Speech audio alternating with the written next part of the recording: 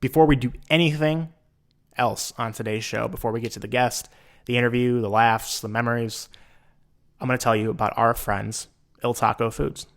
Il Taco Foods has been feeding the hungry people of Chicago since 1927. Their most popular item, the Pizza Puff, became a Chicago staple almost as soon as it hit the very first hot dog stand here in the city. And for those that don't know, a Pizza Puff is premium mozzarella, crumbled Italian sausage, and a signature homestyle sauce wrapped in a pillowy yet crispy crust. And that's just the original. They have 14 different flavors. So if that sounds good, they have plenty more that's just as delicious. You can learn more about the flavors and where to buy them from their website, www.iltaco.com. Through 4 generations of hard work and a passion for good food, their family-run business now distributes Chicago's Pizza Puff in 38 states across the U.S. And if you're one of those 12, you can easily just get over the border and get to a state that has it. It's not too much to ask. Check out the website to find out where you can get the good stuff. Again, that's www.iltaco.com. Now, today's guest is Will Ohman. Will is a former Major League Baseball player who pitched for 10 seasons for the Cubs, Braves, Dodgers, Orioles, Marlins, and White Sox. More recently was a pitching coach in the minors in the St. Louis Cardinals organization. Particularly salient now that the baseball season is a couple weeks into this COVID-shortened 60-game season. But Will and I talked about that, what the factors that caused the negotiations to be what they were, very publicly heated, a lot of back and forth between the union and the league, how they butted heads, and how we got to this truncated season that, I mean, everyone's asking right now, fans are saying, like, is it legitimate? Is it, it's weird. There's no fans in the stands. We have all these new rules, like 3-batter minimum and weird extra inning stuff. So we covered all that, talked about the merits of those new rule changes, the merits of rule changes and the evolution of the game in general, and this kind of forced evolution by the league. But not to give too much more away, because we jumped in a lot of different topics and a lot of interesting stuff. He's a really thoughtful guy, and I think you'll enjoy it. So here he is, Will Ohman.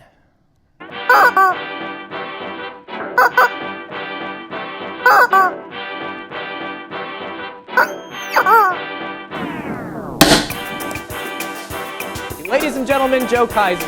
No! God, please, no! No! No! No! I went out to eat for the sake of this next joke. Joke. Order the double cheese and sausage. Joe Kaiser, ladies and gentlemen. The negotiations were so annoying to see back and forth, like the bickering about it clearly wasn't about COVID after a really short period of time, which you mentioned to me last week. And by the time the season actually started and we have this diluted 60-game season, it was hard to really get excited about the start of it because the last 3 months were just bickering. And you see all their sports, you see the NBA getting their act together, you see the NHL getting their act together. I think by the start, I'm into it now, but when the season actually started, it was really hard to get fully excited for it. I'm curious your perspective, not just as a baseball fan, but somebody that played. You said you were a player rep, right? Yep, I was a player rep for the So Cubs. you have a much different perspective on that. What was it like seeing everything unfold the months before the season started? I wasn't surprised to watch it go down the way it did.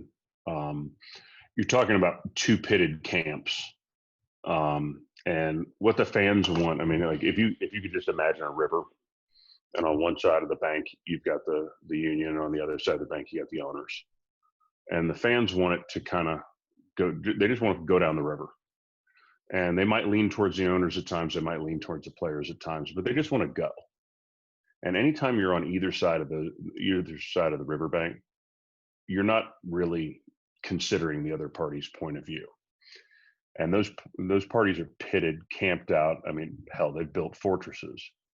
And what was frustrating, at least as a former player rep, is to see that something that was a safety measure about this virus become a bargaining tool, Right. for player salary.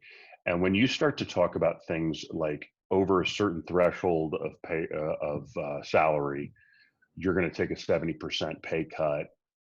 I mean, that's textbook socialized losses and capitalized gains. And I mean, if I was an owner, I would want to keep as much money as possible. I would be in it for profit. If I'm a player, I want to maximize my ability and maximize my profit as well. So you have two parties that are trying to work in an economic system for profit. Well, that's naturally going to lead to bickering. The union protects that. It does some other stuff too, but by nature, those two parties are the antithesis of each other. Who really lost in this is the fans. Right. And it was because there's always been the ability to have public kind of opinion and try to sway using this press release or that press release. But when it ultimately got, categorically away from COVID safety measures and into salary and into TV bargains, I mean, I have MLB TV. For the life of me, I cannot explain to you, as a former player I cannot explain to you why there are no fans in the stands and my son can't watch an Arizona Diamondbacks game because of blackout restrictions. It's ridiculous. Because there's 0 fans anywhere. So based on blackout restrictions, I shouldn't be able to watch any. Yeah. Regardless of what zip code I'm in. So all of that stuff, who lost is the fans. Yeah. It was taken too far, and there was obviously an agenda. And the easy person to criticize is the figurehead. The higher up the flagpole you go, the easier your butt is to be a target.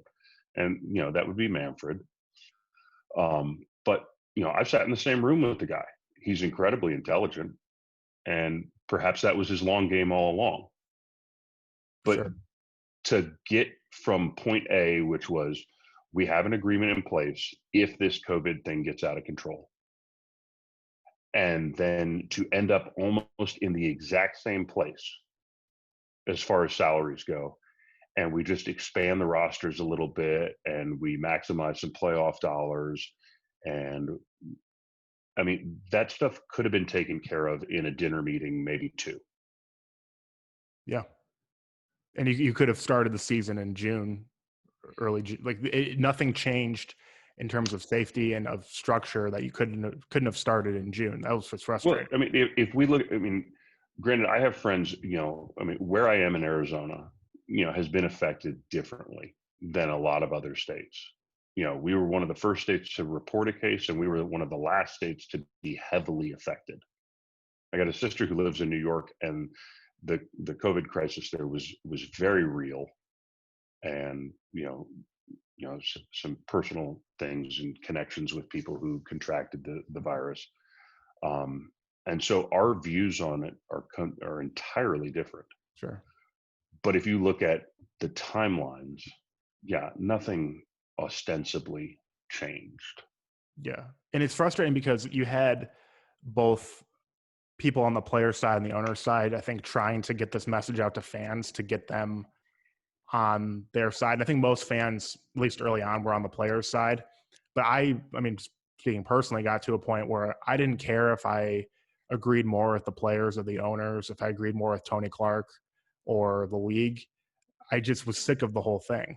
And it was almost frustrating to see how tone deaf everybody kind of was by the end of it, because fans don't really care at the end of the day, in large part, what the system was going to be like, how it was going to be set up, because it had dragged on for so long. I mean, why is it so bad? And it's obviously been bad for a while, because this is a league that had a work stoppage, that canceled the World Series, 30 years ago almost.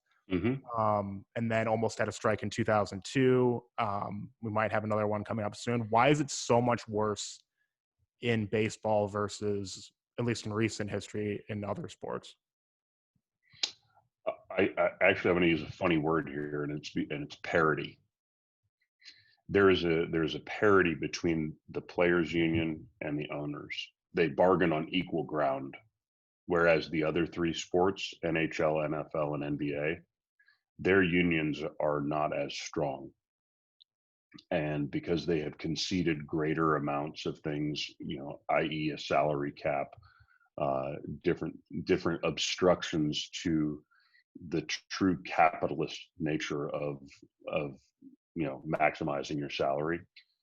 That's part of the reason. I read an article yesterday about Bart Giamatti and his take on the steroid scandal and what he went through in the early 90s, and Faye Vincent, and how they both knew that steroids might be an issue, it might not be, and the union was against testing.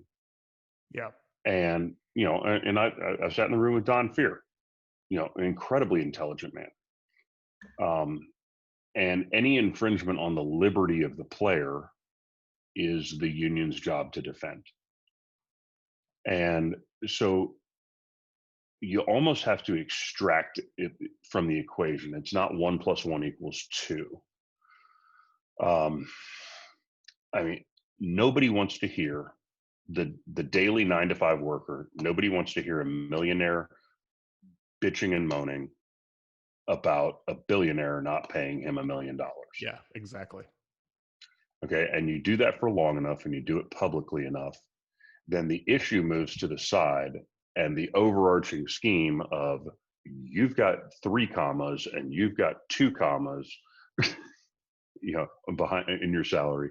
Yeah. This is a problem for me now personally. Right. Now I choose to take my 1 comma and I move elsewhere. Right. And so that's what it became. And that's the quickest way I can boil it down. I mean, but we see it play out live all the time, where the real issue, like take a game like Survivor. I mean, it's a ridiculous show, but hey, we're going to drop 20 people in a place where people have lived for thousands of years and act like they're surviving. But nonetheless, you get to the final 2 or 3 people, and there's a vote. Well, if one of those people happens to have had a high profile past, or made some money, or had some notoriety, the jury tends to vote against that person simply based on what they perceive to be their financial power. Like, you don't deserve $1 million because you already did this. And that's a feeling that I think every human being can kind of connect to. And that's where, again, I go to socialized losses and capitalized gains. When the fans are the ones who have spread out the loss, they're the ones losing. Right. And the players obviously make a prorated salary, and the owners didn't make as much in ticket sales and vending and TV rights and all those things. Everybody lost per se. But the argument itself between the union and the owners, it just got lost in the shuffle of, look, you guys both have money, zip it and figure it out. Yeah, and especially the owners, like, they're a really unsympathetic character for fans to get around, of these billionaires that own teams. And people think of it as like they know the net worth of Tom Ricketts or Jerry Reinsdorf, whoever, and they think, okay, I'm not even treating. They see the net worth. They don't look at it like a business, like what money's coming in, what money's coming out, which is really the argument that the owners were trying to make, is we won't have concessions, we won't have as many no fans in the stands, and we'll have less games. So we're just looking at our business, what's coming in, what's coming out. This is a huge loss for us. So I sort of got the argument, but it's really hard to get everyday people to come around to that side of the argument when it's the billionaire side. But also, it's at a certain point, it's hard to get around to the argument when it's wealthy athletes with $1 million contracts too. So that's what was tone deaf to me. Yeah, I mean, there's no good way to slice it. Once it went public and the bickering was there was no good way to approach it from either side. There was no argument that could sway the public from the fact that they were losing out on a season, that the product that was supposed to be provided was not being provided in a timely fashion. And, regardless of the argument, I mean, take an owner, for example. Owner owns a team, say his net worth is $3 billion, whatever it is. We just pick a number out of a hat. Well, that's the team. Yeah. But the ancillary revenues created by all other things that he owns that are connected to the team, dependent on the team, or just to the side of the team, that are not reported on the books and are, I mean, and this kept happening, and it's been asked for a long time from the union. It's like, hey, show us your books. Right. And they did. You know, That came up this time around. right. It always does. Yeah. It always does, because when you have, like, I mean, I don't want to make enemies here, but the team I worked for the last 2 years, I worked for the St. Louis Cardinals. Unbelievable fan base, great stadium, great ownership, great organization. And he came out and said that it's not a very profitable business to own a team. And I was like, well, that's a tough one to defend. Yeah. And I need go no further there. Yeah. And like, how does at the same, and then you get the player on the player side, whoever it is will say player X, and he's like, I'm not taking a pay cut. I'm going to get mine. Yeah. And like, you have a limited time frame in which to play. I mean, I loved every minute I got to play.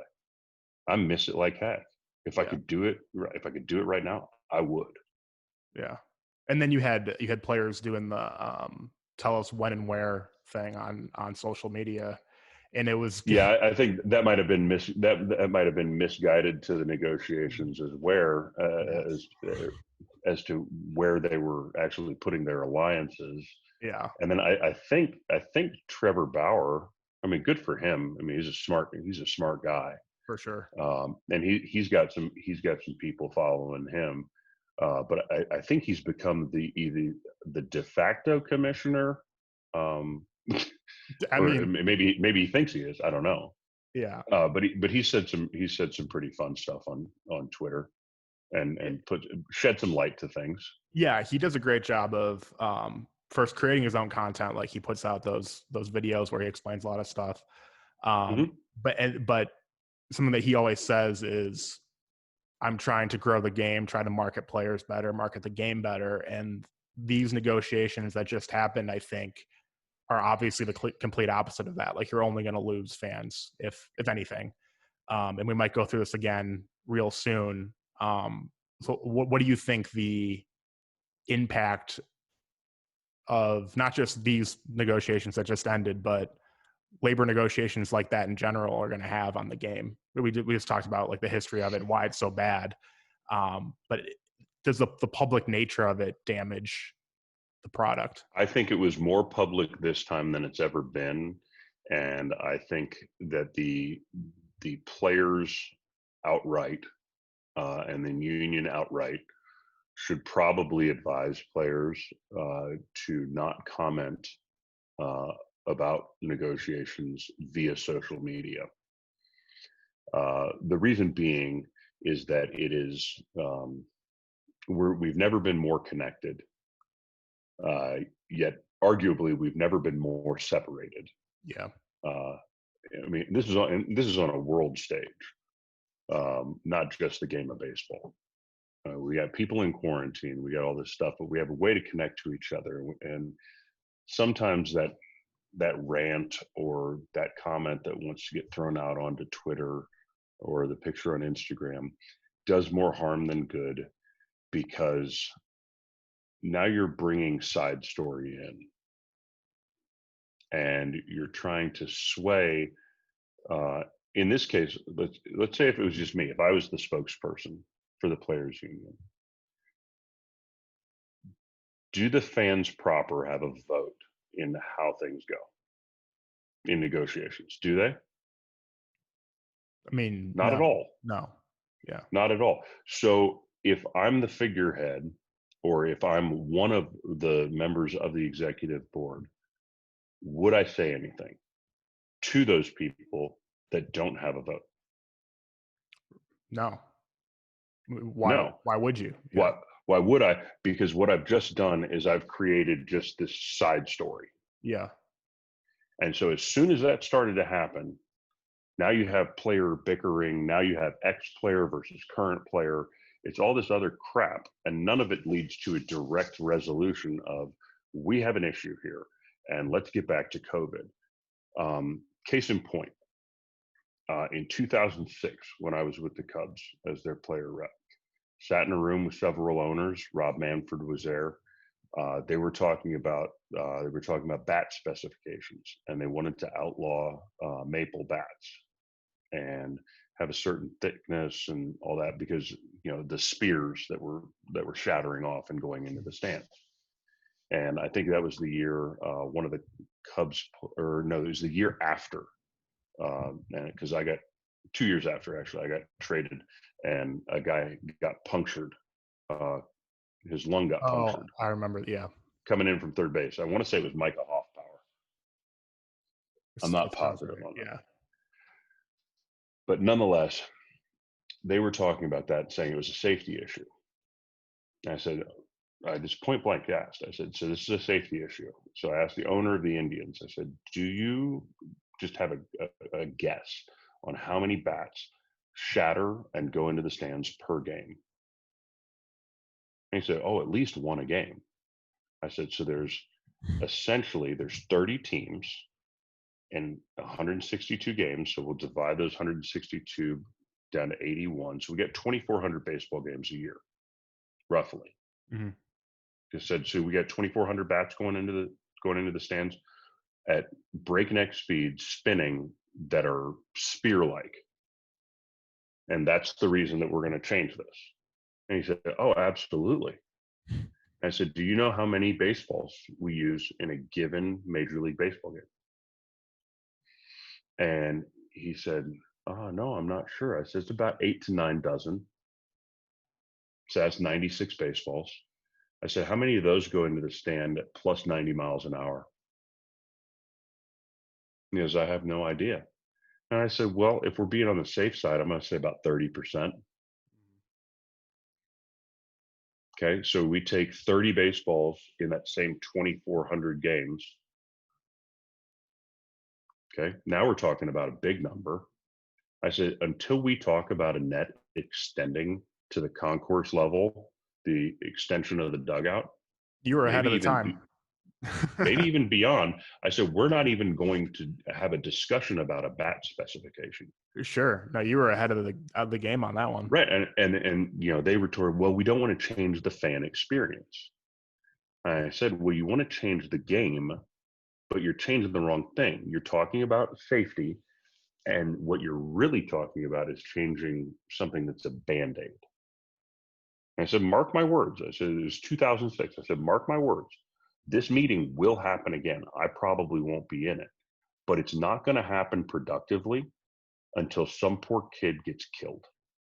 And this last season, yeah, Albert Almora line drive in Houston hit. She didn't die, but seriously injured a young girl, and that's when it was like, okay, we need to add nets all across the league. Well, and Todd Frazier too. And he was with the Yankees at the time, I believe. Yeah. And the Yankees were actually one of the teams that were ahead of the times by putting up nets during batting practice, because that was one of our things. As here's a fun one. I'll show my age. This was us as woke players back in the early 2000s. We were woke to the fact that fans were asking for baseballs. Well, we're playing catch and the other teams are hitting BP, and there's 100-mile-an-hour rockets getting hit. Mm-hmm. And they're just happy as clams to be near a major leaguer, but weren't even counting the cost of what it could be like to get hit in the jaw with that. I saw poor women have to get stretchered out because her husband and her kids wanted a baseball, and she got blasted and her teeth started flying out. And it was before nets went up during batting practice. And the Yankees were way ahead of the times on that. But nobody considered it during the game time because it might change the fan experience. It definitely doesn't, too. I can speak to that right away. No, it doesn't. What do I do? If I want to give you a ball and you're in the front row, I just throw it higher. Believe me, sure. I get paid to do this. I can make a ball go up and then come down right near you. Sure, yeah. No, the Nets definitely don't change the fan experience at all. That whole argument was always silly to me. And you did have people I think baseball fans are have this instinct in general with any kind of change. Netting being one of them. I had friends who said I'm anti-net. It's going to block my view. It's going to be annoying. It's going to be obnoxious to sit there and look at netting. But then as soon You as don't notice it. you don't notice it at all. As soon as the change comes, you adjust in a couple innings, if even that.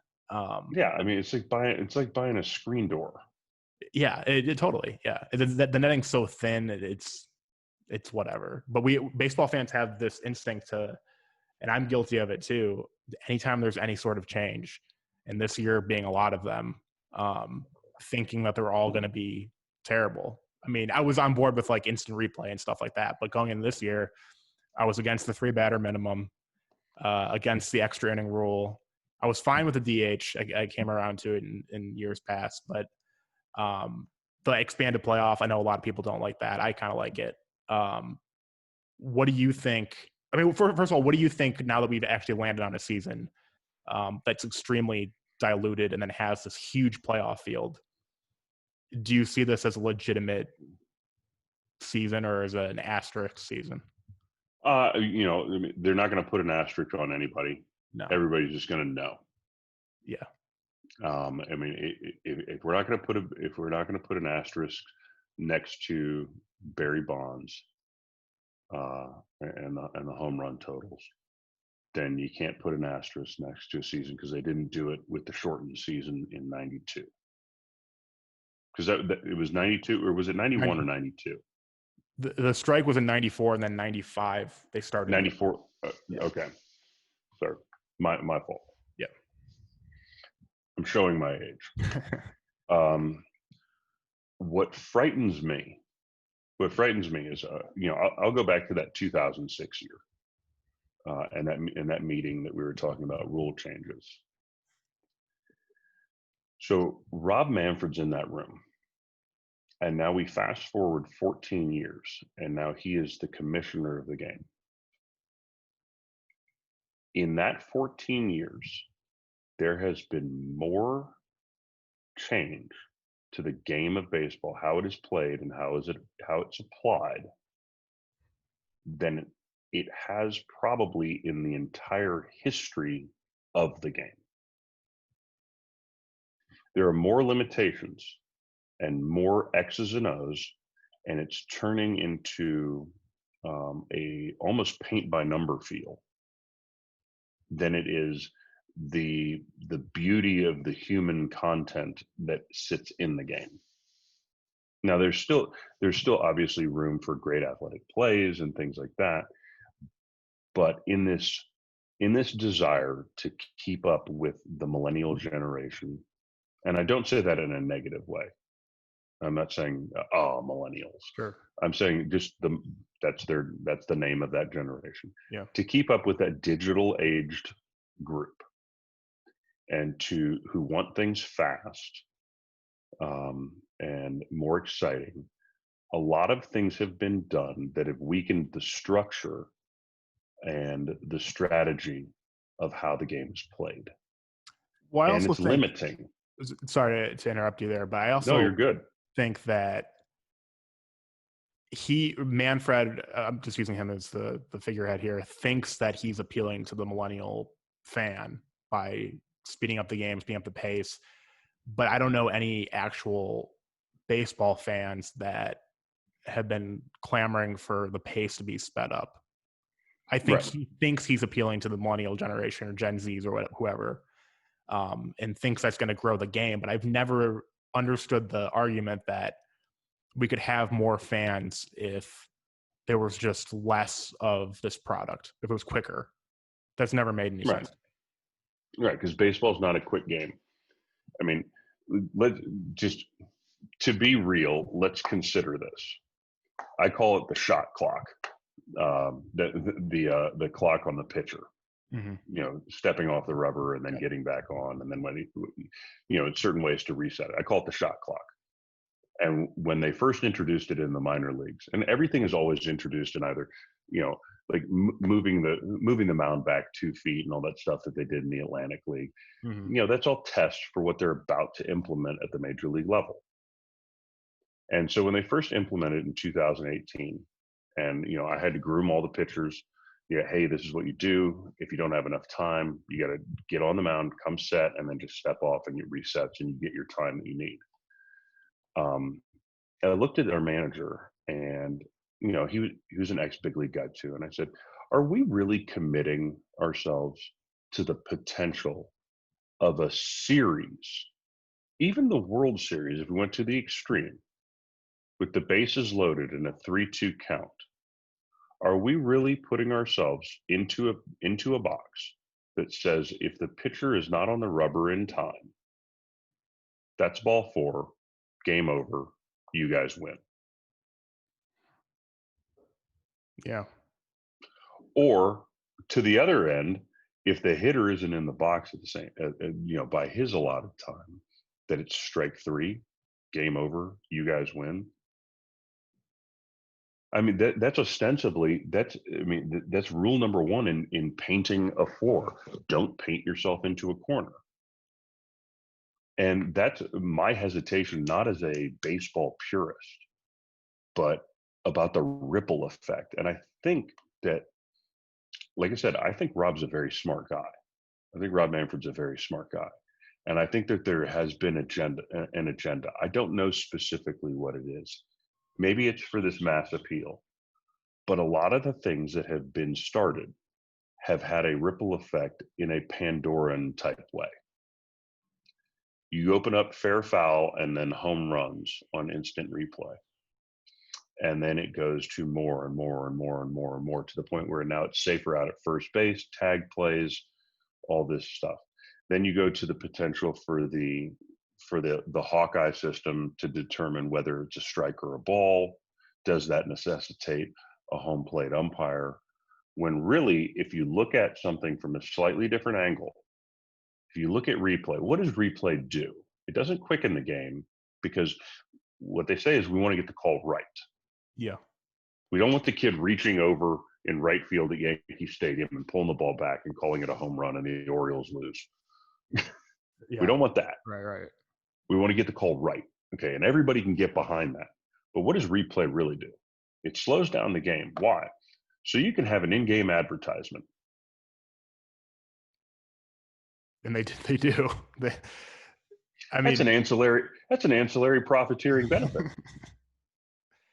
Yeah. Wait, are you I'm sensing that you're not totally on board with expanding replay. I think it's dangerous. I think that call's a call. I mean, Galarraga threw a great game, and Jim Joyce would have. If you could travel back in time, Jim Joyce and Galarraga would both ask you for instant replay on the play at first in Detroit. Of course, they would be like, "Oh, thank God, we saved ourselves." Yeah. However, what is more memorable? That play at first base, or all the plays we got right because of instant replay that are insignificant? Sure, but I mean, okay, here's a more high profile one. This will be in your wheelhouse. The tag play at first base with Rizzo on instant replay in the playoffs. Okay, so that's an argument that I've heard a lot, where, and I kind of get it, people saying that replay was never meant to zoom in on the runner bouncing off the bag for a second to see if, because that play was, they reviewed it forever. It was the runner just falling, kind of coming off the base slightly in that tiny microsecond where Rizzo applied the tag. Technically, he is out, but I get that no one thought replay was going to be used that way. But he's out. No, he's out. Yeah, but technically, so was Ron Gant when Kent Herbeck lifted him off first base. Sure. I mean, he didn't push him off, though. I mean, I get that argument a little bit more, but don't you want to be right? Yeah, I mean, it's a double-edged sword. It's a double-edged sword. It's why simple stuff like, I mean, you see it on blooper reels all the time.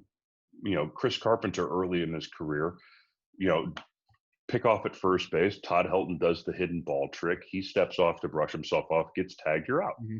It doesn't matter if you're 2 millimeters or 2 feet off the bag. Yeah. If you're off the bag, tags applied, you're out. I want the call You to know, be so right.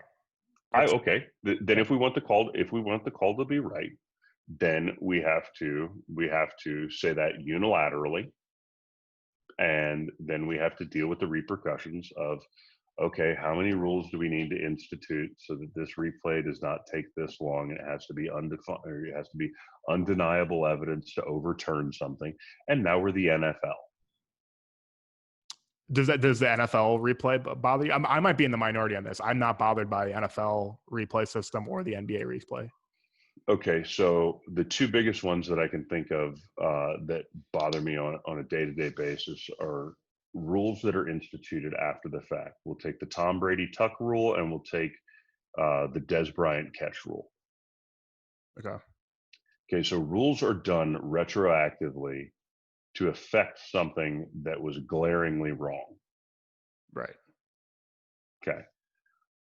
And then, I mean, like, for instance, here's one I had to deal with personally: the David Price rule in baseball. Are you familiar with it? I'm not sure. No.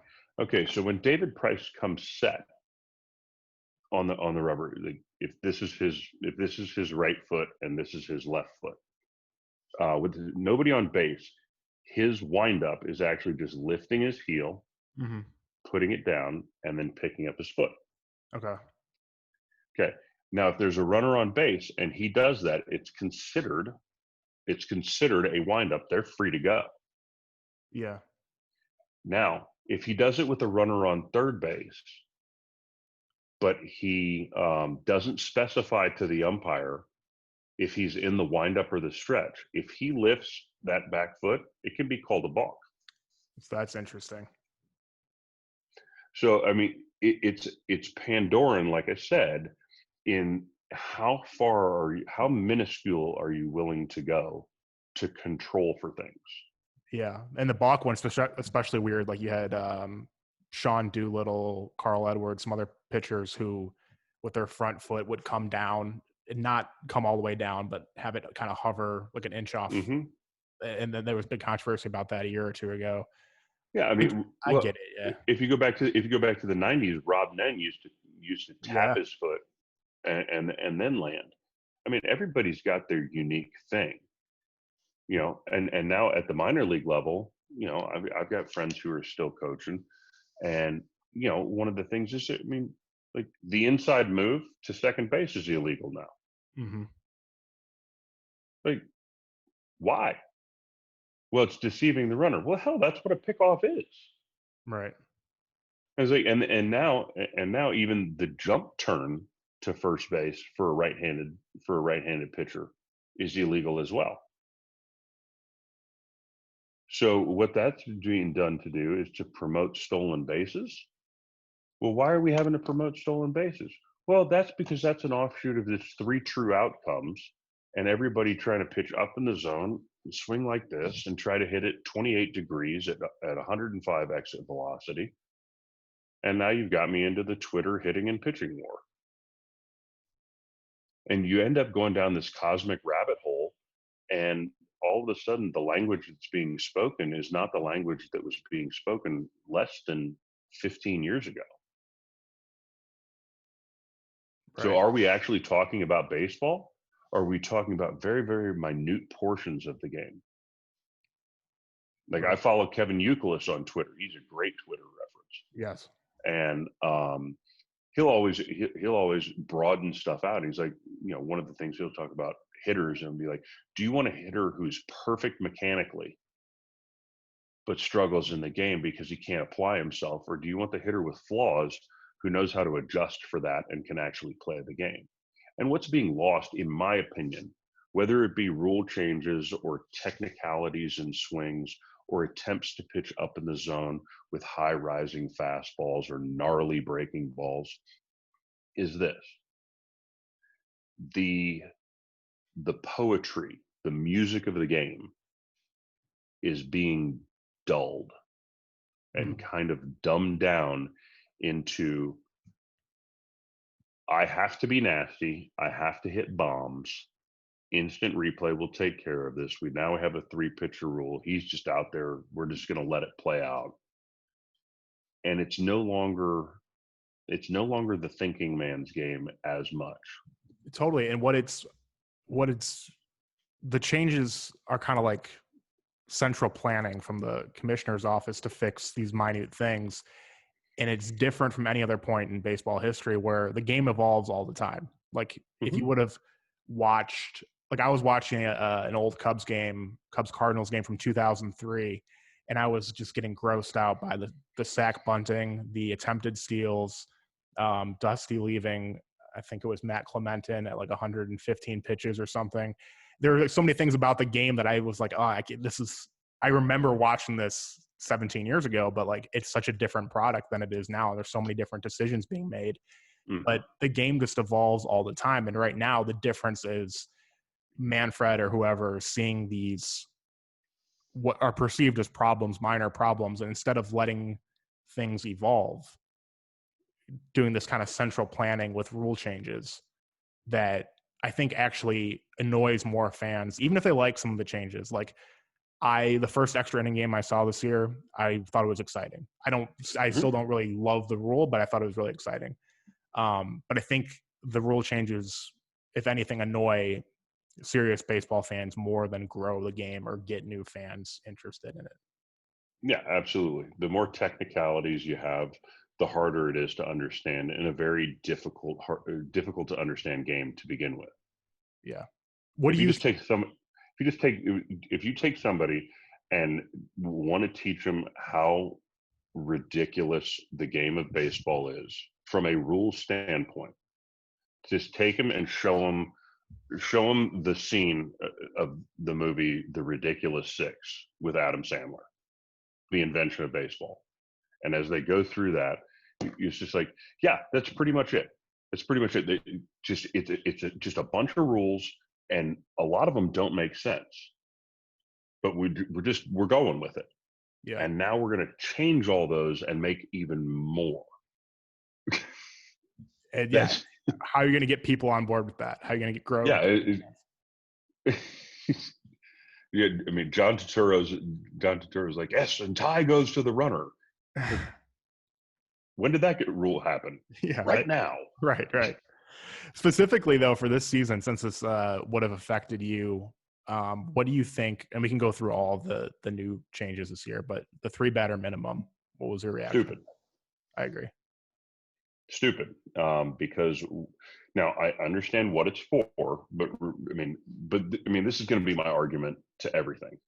Okay, you have an idea and you have a premise, but underlying it, what happens? What's the real effect? So the premise is speed up the game. Don't let teams exhaust their 40-man rosters by bringing 87 guys up and having a 4.5-hour game when they're getting shelled. Okay. Yeah. Because you have 13 pitchers in the pen. Okay. Ostensibly, it basically said that my career and what I did is gone. Mm-hmm. Or they would have had to leave me out there with middling results. I mean, at my prime, yeah, I could have gotten right-handers out fine. I did okay at it. You know, I was okay. I was a very average player. That's not how managers would have used you. Yeah. I mean, I had a special talent for making the ball move a certain way. It was effective against left-handed hitters and some of the best. And so, yeah, that's the matchup. I found it odd that I was always facing the number one player on the other team, you know, the Barry Bonds, the David Ortiz, and I'm looking around as far as athleticism goes in the clubhouse, and I'm like, I'm probably like 23rd on the pecking order here. I was like, but I can make a ball do this like nobody's business. Sure. But again, you go back to this premise of you want to speed the game up and it's less pitching changes. Well, that's less strategy. And once again, you've painted yourself into a corner. You take that starter out at 92 pitches because now remember, it wasn't until the late 90s that the 100 pitch count limit even was in the lexicon of what was appropriate. And you've got guys like, I mean, probably the most famous pitching coach of all time, Tom House, saying, some of his guys, it's dependent upon the person to unilaterally say 100 pitches, you're done, or to unilaterally get out a spreadsheet and decide that guys are only effective 2 times through the lineup, and then the third one there's a severe drop off, and it's because of the pitch count. It's not because of that. It's because you actually dilute your arsenal. Yes, exactly. Okay, that would be the argument against whether it's Kyle Boddy at Driveline / Cincinnati saying that we're going to see less and less fastballs. Super. Let's throw curveballs all day long, and Lance McCullers throws 22 in a row, and everybody comes screaming from the mountaintops that the greatest thing ever to throw breaking ball after breaking ball after breaking ball after breaking ball. Okay. But I'll tell you this, in being around the game for 30 years, the professional game for 20, breaking pitches are easier to hit over time. You keep showing somebody the same thing, they're going to adjust to it. That's the thing. Hitters are making adjustments the third time through. Right. Okay. So if the hitter can make the adjustment the third time through, okay, then you got to switch over to this other guy. But you're saying that this other guy, we want to push talent and we want to say guys people are undeniably throwing harder and throwing nastier stuff. But we're also seeing, again, I go to these 3 true outcomes. We're seeing higher walk rates, higher strikeout rates, higher ERAs. We're actually watching poorer quality of actual technical baseball. Greg Maddux, when I think Tim McCarver was the first one who said it on air about the quality start. He's like, I think quality starts, starter goes 6 or more innings, gives up 3 runs or less, keeps his team in the ball game.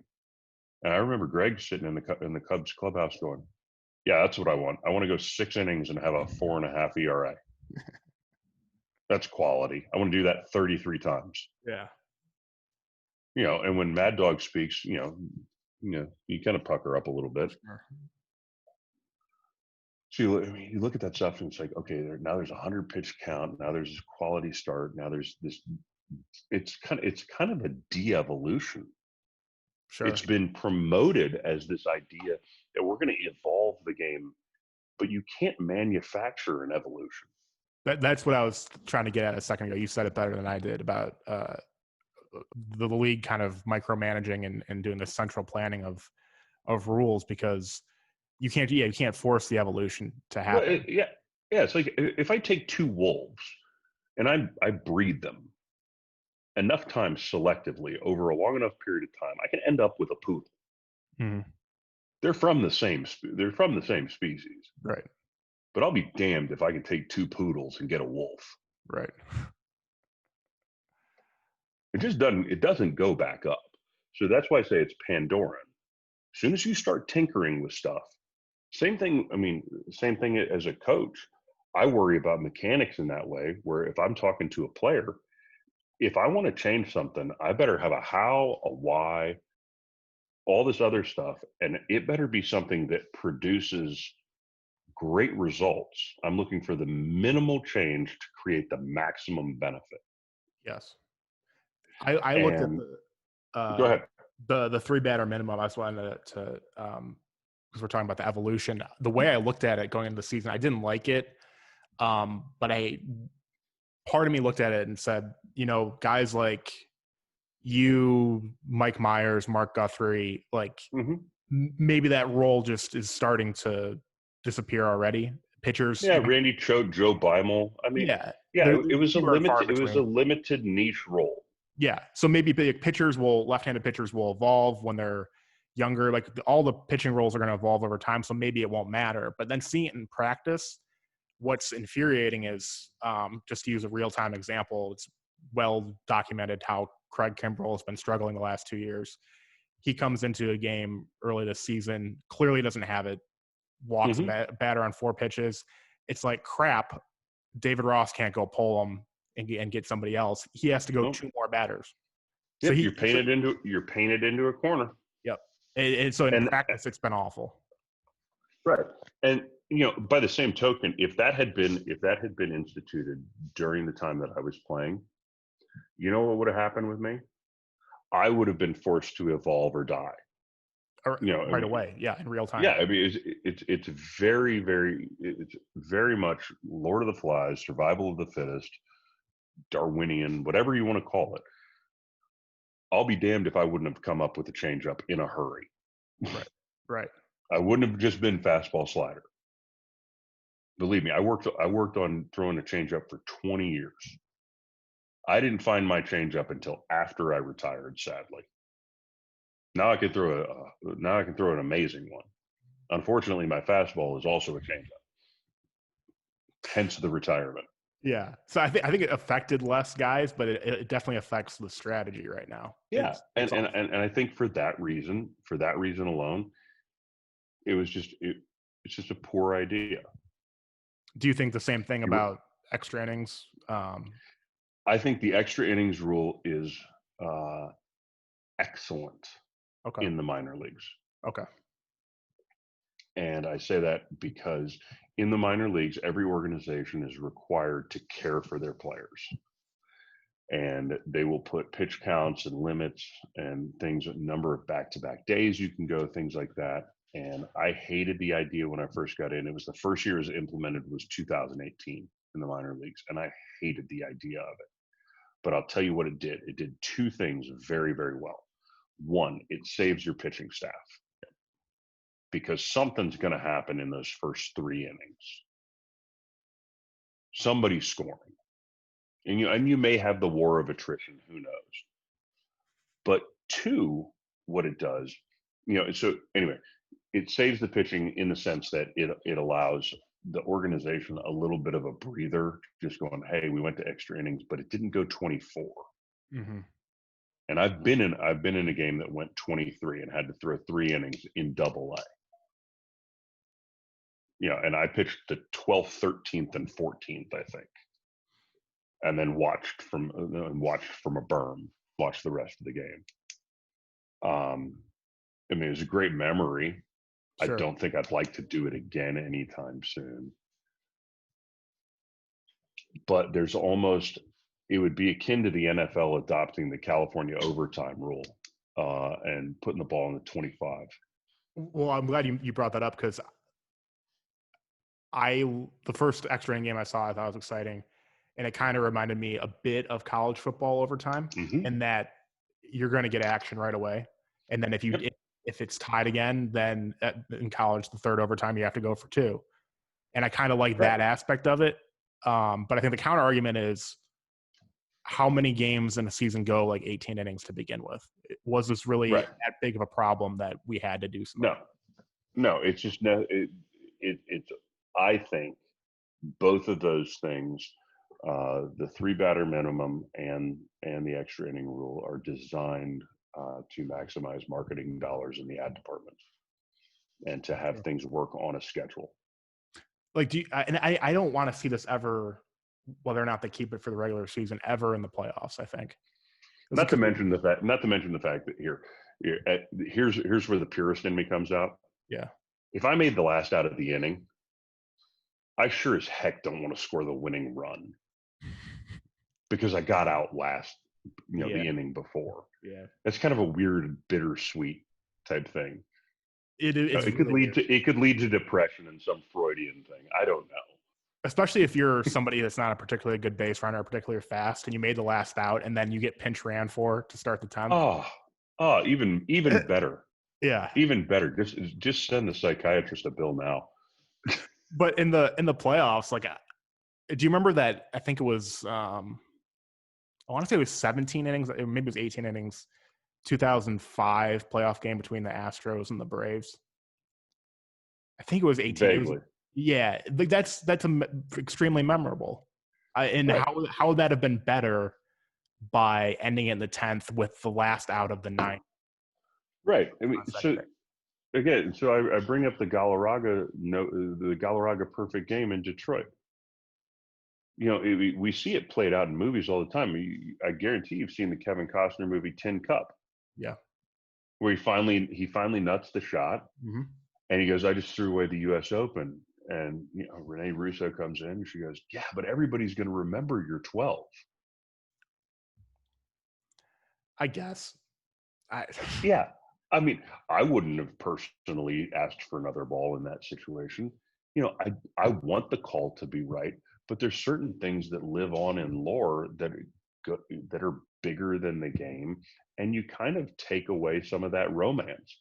And that's the part of baseball that I think the general fan really enjoys.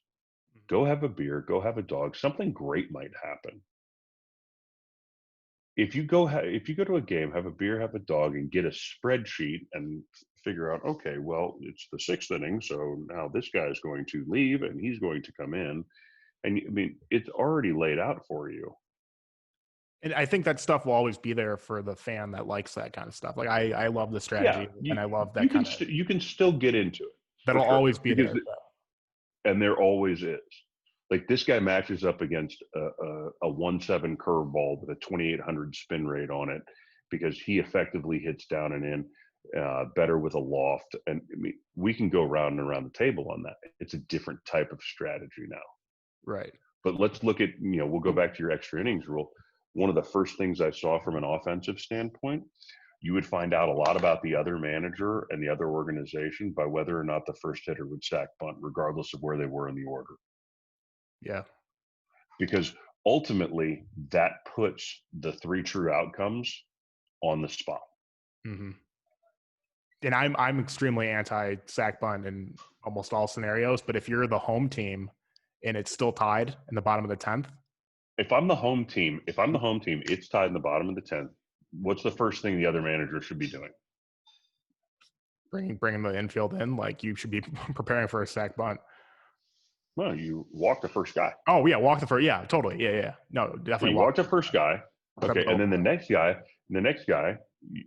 you're playing for this. You're playing for the sack bunt. Yeah. Okay, but now we have all of a sudden we have an opportunity to do something that is never seen at the major league level. You actually could slash. And what's weird is that actually when you pull the infield in, you actually eliminate more hits. There's less space for the ball to go.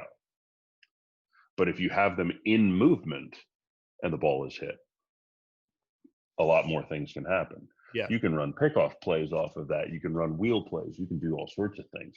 And so strategy can improve.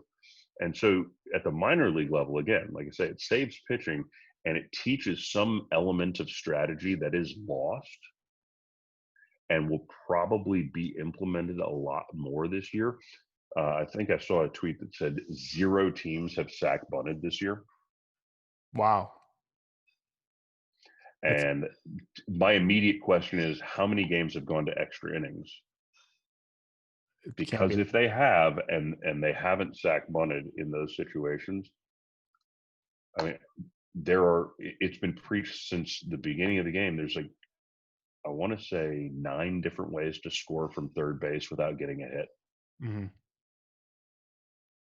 And this all is interesting. Like this is all makes this extra inning rule kind of exciting. That's sort of and immediately what we noticed. I mean, and we were playing. We were playing in the Cardinals spring training site in Palm Beach, Florida, and it's 1 billion degrees, and it feels like it just feels like you're sitting in a can of soup. It's just so hot, and 10th, 11th inning, and it's all of a sudden it's like this feels like a playoff atmosphere. Like there's tension. This is cool. Yeah. So for that reason, I really like it. At the major league level, I don't think it has the place because you don't need to save the pitching. Yeah. Because you have the 40-man roster and you can make switches. I don't think it has the place. Yeah. I think it's a novel idea, but I think the novelty wears off. Probably. That's probably because I liked it the very first time around, but It's not needed. The other big changes this year, I think, are less impactful to the in-game decisions itself, but the expanded playoffs and the designated hitter. Do you have any strong feelings on? Expanded playoffs, I think, is a good thing because a 60-game season doesn't give you a picture of who the team really is. What about for a full season?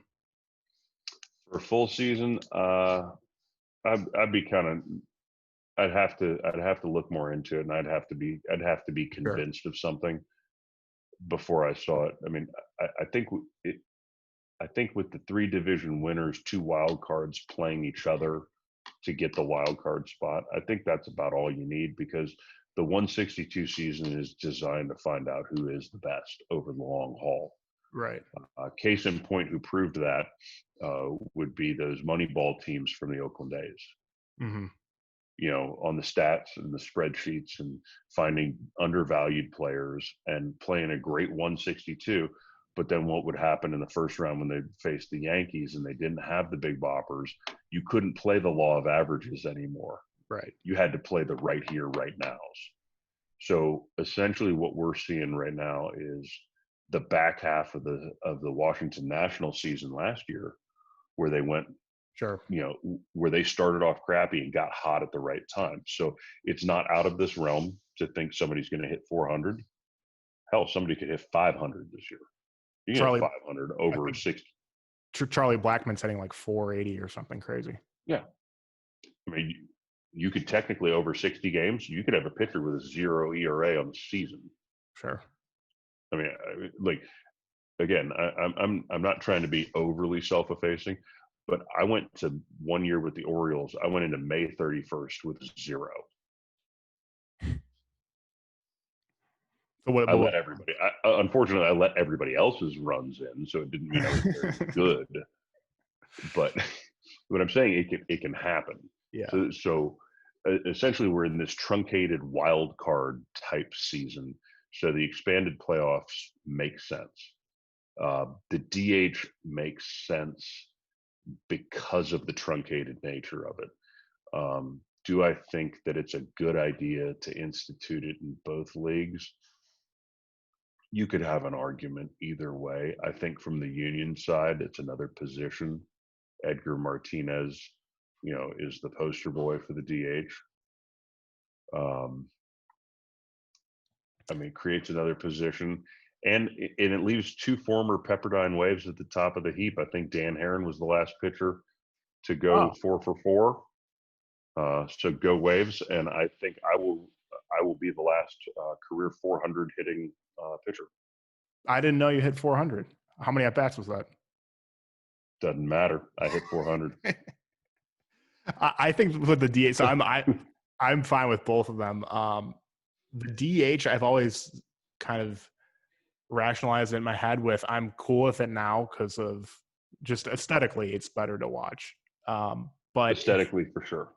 If I was alive in 1971 or whenever it came into the AL, I would have probably thought it was stupid. I would have thought it was a silly, like, it didn't make any sense.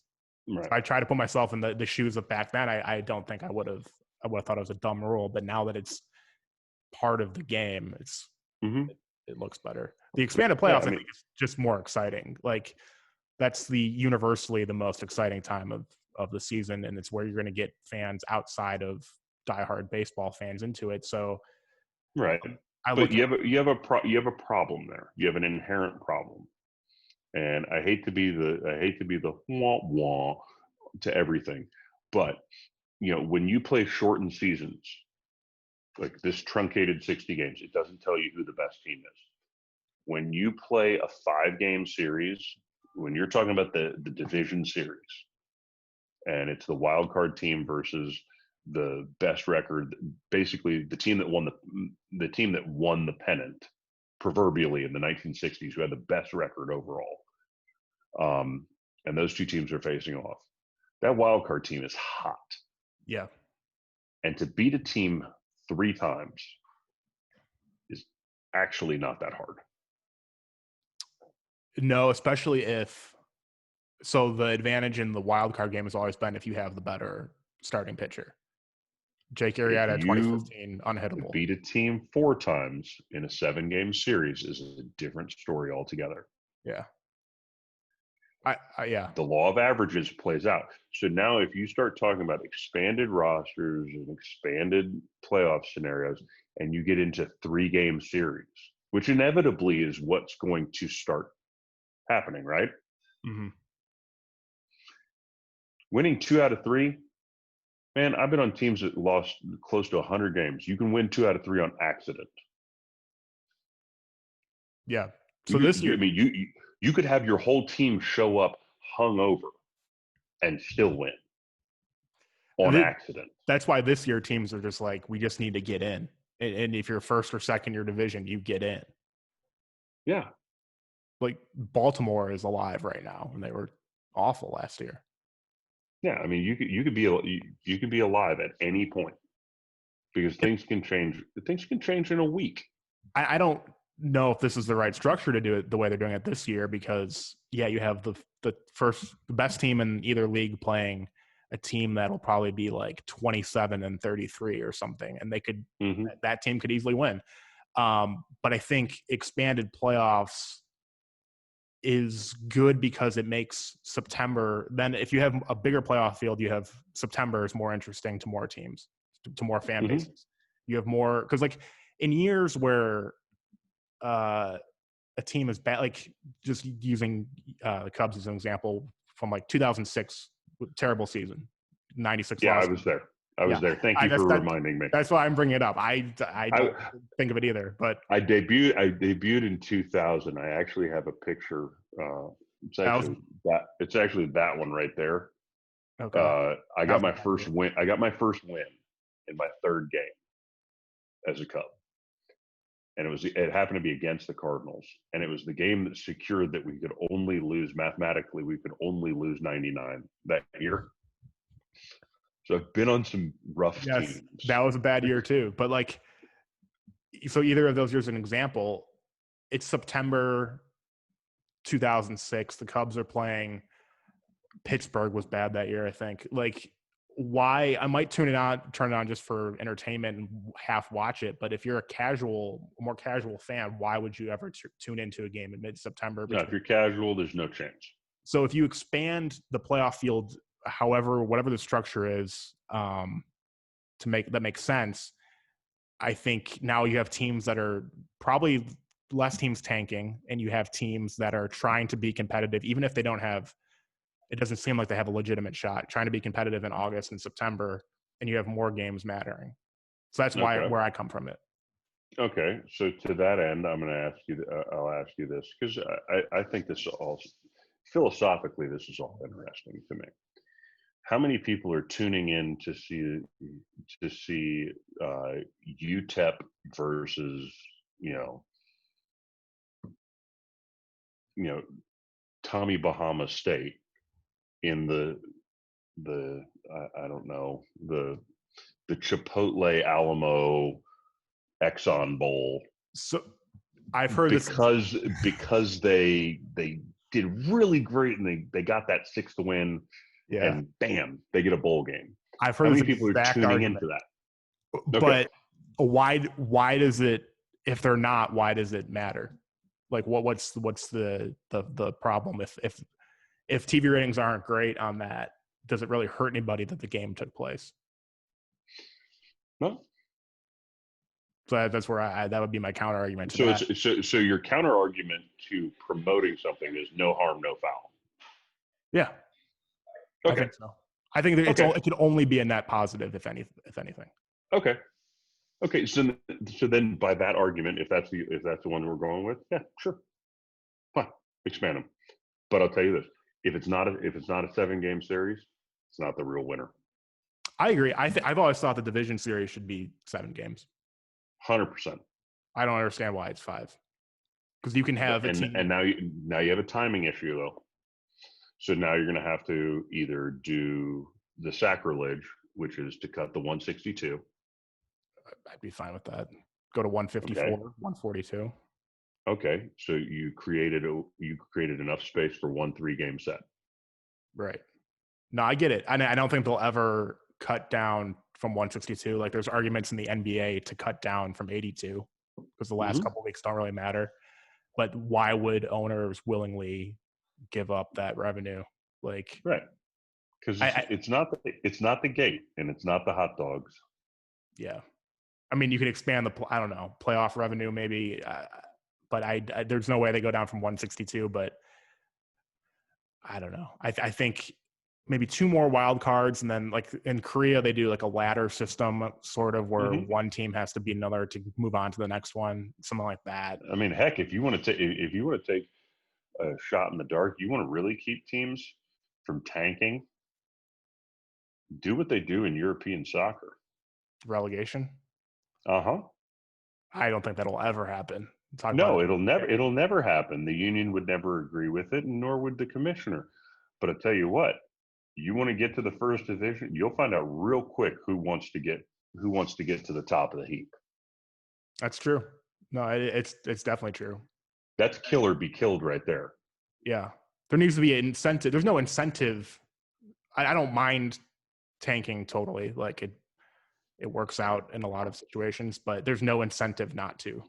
There's all the incentive in the world to try to, because of the success of certain teams that have Astros, Cubs, there's all the incentive in the world to go that route, because a lot of fans kind of understand it too, instead of just having a bloated. Well, I mean, case in point, it's been used. I'm not the first person to bring it up, but if you look at what the Marlins model did for a long time, where they would draft high ceiling, high profile guys, and they turn into big stars, and then they sign that star early on to a long-term deal. This has become the norm now. Mm-hmm. They sign that guy to the long-term deal, and right before that deal is about to expire, they trade him off. And in and around that player, they had filled in, with obviously one of the 750 best people in the world, but maybe not star caliber. And they sit at a certain level, and they get their revenue sharing because it's a smaller market. They finish at the bottom of the heap enough times, get some good draft picks, and they get 2, 3, 4 of those guys on the field at the same time from draft classes. From that, you sign those guys. Now you have a winning team. Maybe go to the playoffs. Maybe win a series, go far. And then you go right back to the same model. The problem with that's worked out for them twice. They've made the playoffs twice, and it worked out both times. The problem for them is like, you can't build a fan base when after the 97 season, you immediately trade Moises Alou and all these other pieces immediately, and then go into 1998. I think they lost over 100 games. That's not going to build a fan base. No, that was not the goodwill move. No, and you played there. What that culture is. Yeah, I mean, I could name the fans by name. Right. So that's all 4 of them. The last thing I wanted to touch on about this COVID season with you is the trade deadline is coming up, and it's a weird thing to even think about because teams have only played so anywhere between 15 and 25 games, or 8, or 8, yeah. If you're the Cardinals, the Covidals, but some players will undoubtedly be on the move. There'll probably be less movement than years past because teams feel like they're in it, first of all. And then I think there's going to be some sympathy of, maybe I'm being naive about not wanting to move a player during this time because it's going to be an awkward time to move. But something that's always been interesting to me is, even if it wasn't a pandemic, you've been traded a couple times. Once, you've been traded twice, right? Cubs to Braves. Cubs to Braves, and then Orioles to Marlins. And the second time being in the season. What is, let's go through both scenarios, but in the season especially, what is that day like when you're getting moved? And then how do you, I'm sure there's things that fans don't understand or know about. How do you make that move down to, you probably know you're not going to re-sign with the Marlins because it's the Marlins. You're only going to be there for a temporary period of time. How do you make the transition and the physical move to a new team in a new city? So I was kind of mentally prepped for it for my 2008 season, actually. So after 2007, with the Cubs, I had a feeling I was going to get traded. You know, my time with the Cubs, you know, I'd been there for 10 years, minor leagues and the big leagues. Was drafted in '98, so I did 10 years with one organization, and over time, the warts just start to show. Sure. And it's time to make a change. So that offseason trade, it was very easy. It was very welcoming. I was excited to go to Atlanta. You know, had the thought of the pitcher's paradise, all this stuff. And so that one was really easy. Found a place, no problem. Assimilated with the team in spring training, all was good. But I went through that season, and I was having a great season, and we were middling to not good. We lost Smoltz, Glavine, and Mike Hampton within the first month of the season. So we lost 60% of our starting rotation in the first month, and or before the season even started. So we were just scrambling. So I knew I was on the block, and I was, you know, because of my position, I was potentially going to be involved in a trade with Mark Teixeira.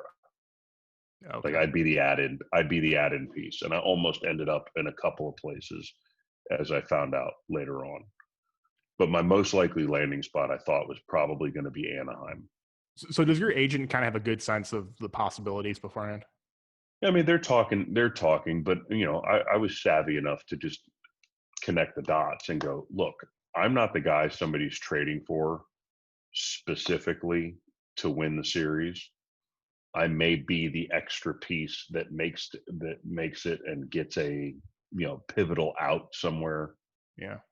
So I was just aware. And, you know, there's a big joke going around because my name was being thrown everywhere. And I just taped on a T-shirt. I had a shirt that said "still something," and I just crossed out and I just wrote here. So just walking around the clubhouse on the 31st, say, I'm still here. Don't ask. Yeah. So then when 2010 came around with the Orioles, you know, again, I was having a really good season. It's never good when your left-handed reliever, your loogie, that you signed before spring training on a minor league contract is A, your top bargaining chip, or B, a potential all-star. Sure. That like, I was good. Yeah. That too many things were in flux. And I was like, this doesn't add up right. Like, I don't want to be the best guy on the team because I shouldn't be. Did you know that going into the season? I've wondered that about potential free agents. Like, if you look at a offer and say, okay, it's a 1-year deal or a minor league deal with a bad team, but I signed this. I was coming off of a surgery. I needed a place to land. I But knew I was healthy. did you ever look at it and say, I know if I sign this and I have a good season, I could be moved to a contender in July? Very possible. Yeah. That plays into it. I mean, we had a lot of great players on that team. On that 2010 team, Nick Markakis, Adam Jones, Matt Wieters, Miguel Tejada, you know, Jake Arrieta was on that team, Ty Wigington. I mean, there were a lot of really good players, and they were all right at either the beginning of their career or the end. I was going to say, yeah. So nobody was primed. Yeah. So we had great players all at the wrong time frame. So I kind of knew it was coming. And so when we happened to be going on a road trip to Kansas City, and I just packed an extra bag with me, I was just like, well, this will fit on the plane, and this is all I need for the next 2 months if something does happen. And the worst thing that happens to me is I brought an extra suitcase and I didn't unpack it. And so we're just in the clubhouse, get a call, hey, manager wants to see you. Cool. Walk in. everybody knew I was going. And they told me Andy McPhail, who was the president of the Cubs when I got drafted, was with the Orioles. He called me. He said, "Hey, you're moving up in the standings." I go, "Cool." I was like, "Bummer I don't get to finish it out with you guys, but appreciate your time." Well, it would have been a bad move on the organization's part to not move Well, you. yeah, I mean they had a chance to pick up a starter. It was kind of a, hey, Will's having a good season. Here's a young starter, and Rick Vandenhurt, we think could pan out and could potentially be something for us. We lose nothing. Right. I wasn't making a lot of money. It's just like, let's capitalize on this. Marlins get. They only have one lefty in their bullpen, so they add me. Unfortunately, I got there and I had moved up in the standings from like 20 games out to 5.5, 6 games out, and a week later we were 12 out.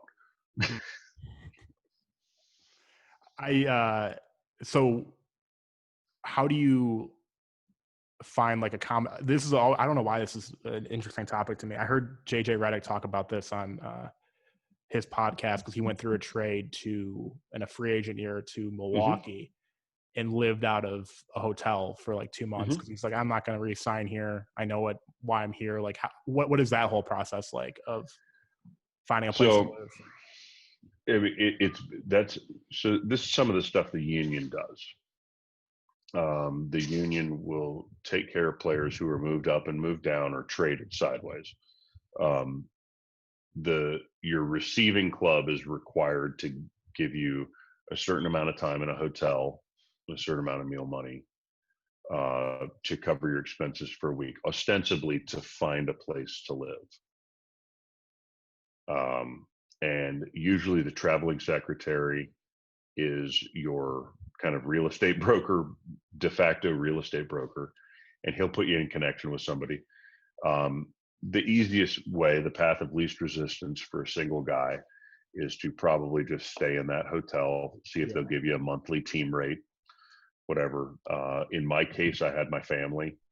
My kids were only 4 or 5 at the time. And so, I left. I went on a road trip to Kansas City, and the next thing I know is I'm on a plane to San Diego, and then I'm coming back to Miami. And so I just put them on a plane to Miami and say, go stay in this hotel. I'll meet you there. And we'll just kind of figure it out. And, ended up finding a place, just a month to month rent. Nice little high rise right on the beach. It could have been much worse. I was gonna say, that sounds really nice. It sounds way more stressful to me to like try to figure that out, but I guess it's not that big of a deal. So here's the thing. I talk about it like it's no big deal. It's super stressful. But it is, for the player, all the pieces are already in place. Sure. You have a landing spot. I mean, my requirement was to get from Kauffman Stadium in Kansas City to the hotel via taxi. So I didn't drive myself anywhere. I went back to my old hotel. I got my bag. I packed it up. The guy took me to the airport. I got on a plane where the plane ticket was reserved for me. I flew to San Diego. I met the team there. I went from the airport to the hotel in a taxi. I checked in. I woke up. I went to the game. And right there, at a stadium I had been to, I was familiar with, right there is my jersey, my pants in my size. Everything's waiting for me. Yeah. And I drop my bag and somebody kind of unpacks it. So it's just like, everything's taken care of. I'm just in a new place and I've got to meet some people, and there's kind of some just getting to know each other type growing pains. For the family, it's much more stressful. Yeah. My friends were already picked out for me. I always said this in the years that I played. I had 24 friends picked out for me on every team I was on. It was my job to find something I liked about every one of them. Sure. Yeah, it's easy. For a wife or kids, developing relationships in a kind of nomadic lifestyle, it's a different story. Yeah, that's another part of it that I've always wondered, especially for kids, if they're going to Baltimore for a few months out of the year, and it might just be 1 year. Like what that adjustment's like, and then going to Miami for a couple months, especially if it's somebody that's going on a lot of 1 year deals or 2 year deals. You were fortunate to play in total in Chicago, what, 7-8 years, Cubs and White Sox combined. So there's like familiarity there. Yeah. So that's a pretty good situation to have, that you are familiar with a city, but the bouncing around, I'm sure, is a tough adjustment. And now this year, if players are on the move, I think it adds an extra level of stress. Maybe it's not. Maybe teams will take care of it pretty well. It depends. I mean, I heard Scott Boras has got a private plane for his clients. I saw that on Twitter the other day. Hopefully there's enough hand sanitizer on it. Yeah, right. So I don't know. Maybe it's not as stressful as I thought, but like, I have some sympathy approaching the trade deadline if it creates any conflicts for people on the move. Yeah, I mean, there's always a potential. I mean, change is never easy. Mm-hmm. Change can be good, but meaningful change. I mean, obviously now I'm getting really philosophical on a societal level. Real change is uncomfortable. Yeah. What we're seeing around us with how we've handled globally, how we've handled this COVID pandemic, just in the game itself, how we've handled something COVID related and it's turned into a CBA. That change is uncomfortable. The rules, stuff we're implementing, real change is uncomfortable. It is. We're going to find out later whether it was the right change or not. Right. Yeah. That's some of it needed to happen. Sure. I think on a societal level, yeah, the things that are happening, they needed to be brought to light. Could we be more cognizant and aware of, of the kind of how we're transmitting disease? Yeah, that would be a good thing if we were all cleaner. Yeah, better immune systems, better. Yeah, but at the same time, when our leaders collectively are throwing a dart against a wall, drawing a bullseye around it, and saying, "Look, I hit the target." Mm-hmm. Then you're just doing something to garner votes for the next election. Yeah, and that's what's frustrating to a lot of people, whether it's federal, state, local. There's examples of that all across the country, and we'll see how it plays out, and not just in the next election, but in real time, about how people view how politicians handle times of crisis and how how people view politics. I think it's going to be changing. Is it what you said about we will see how the changes, how they take place, like if we're positive or negative, is an interesting way to look at it, because while all this craziness is happening, things might be totally different in a couple of years. We don't know the outcome of a lot of these things. It's no different than looking at a Twitter or YouTube snippet and seeing the camera lens focused in so tight on something and seeing one portion of it. But you don't see what happened before, you don't see what happened after, and you certainly don't see the broader picture of what the environment was. So if you jump to that conclusion, it's maybe not the most well-informed. Right. But I'm sitting at watching from the outside, at least in the game of baseball. Having sat in those bargaining meetings in 2006 and watching some of those technical things get fiddled with. And if you and I were both pitching coaches and we were talking to a pitcher, we'd be tinkering with his mechanics. Like, hey, why don't you bring your hands up here? Mm-hmm. It makes no difference whether your hands come up above or your hands stay here. It's not vital to the mechanical change. It's what feels good. So I look at those meetings, and some of the stuff we were talking about as tinkering, even though we were ignoring the safety issue. Right. And then all the stuff that's happened since then has got us to this place, and now we're doing a massive overhaul. But that overhaul is really just tinkering with stuff again. We won't see how that ideology plays out. Yeah, that's why I appreciate while. The context that you provided from 2006 and talking about like the netting and everything, because I think people who don't know that background and that bigger picture see these changes coming in, whether it's that or rule changes, and it feels like it just happened out of nowhere almost. But it's played out for a while. It's been talked about. It's there's a bigger picture to all of this, and I mean we don't know what's right. And then you put in the context of what's happening, in American society, and all the just the emotional catalysts that are happening along race lines on top of that. And what argument is actually worth having? Right. Yeah. How does it, to we talked about in the beginning, from the fans' perspective, all the things that people, and this is where it comes in with the argument that like sports would help with a return to normalcy. Everything that people are dealing with, all the stress that people are dealing with when they see stuff on the news or even in their community, like what we're dealing with in Chicago right now has been national news lately. They don't want to hear the arguments between billionaires and millionaires about how you're going to divvy up this season. Nope. Even if some things are valid, and even if there's a right and a wrong in certain issues, people just don't want to hear it, and that's what I think is the most unfortunate thing in all of it. Yeah, I mean, just the release of getting to ignore some of that for a period of time was socially needed.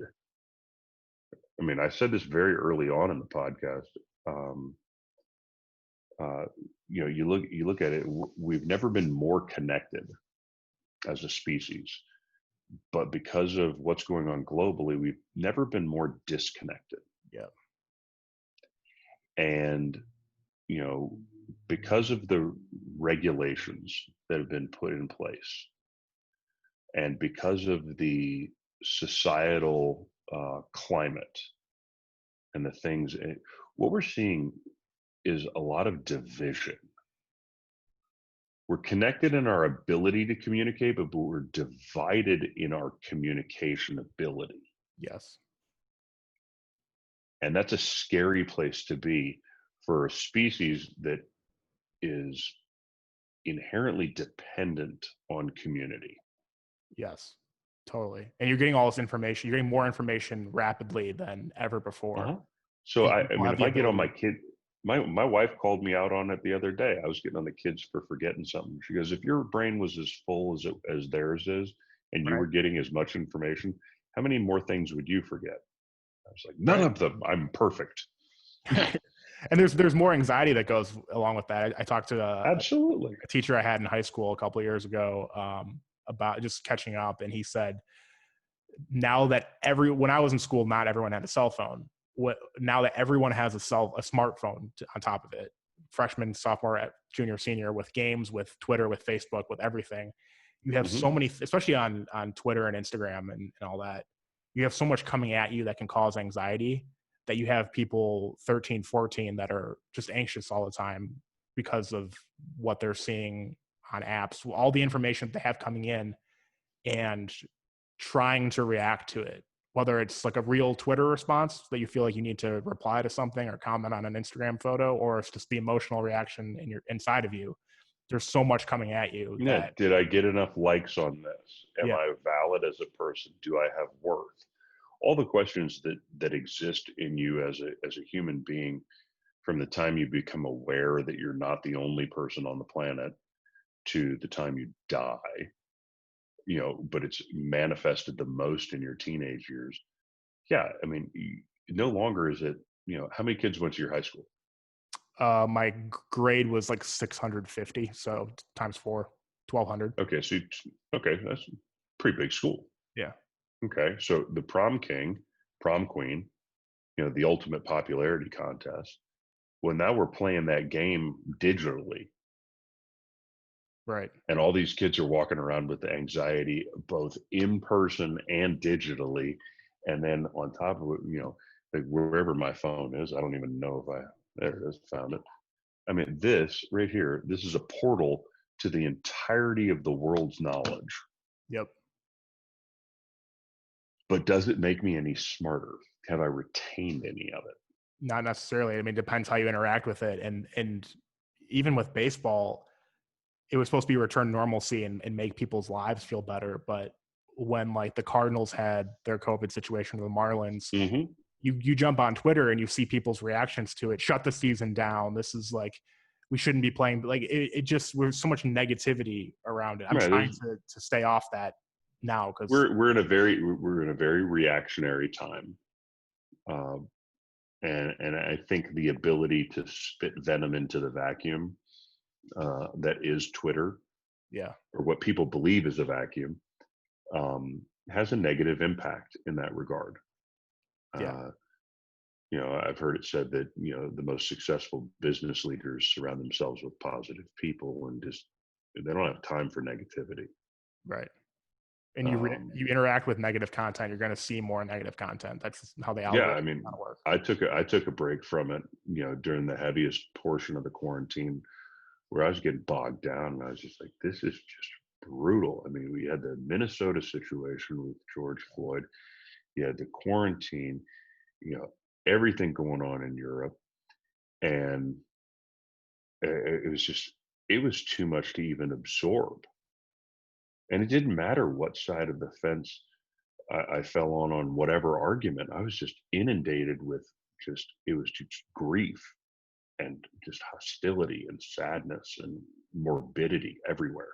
And it's just constant. I don't know how people have the energy to be on Twitter all day talking about all this. It's because Twitter functions outside of a time zone.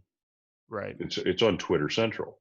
Right. Or Twitter Standard Time, because you have now access to how many billion people on the planet? 7? Sounds right.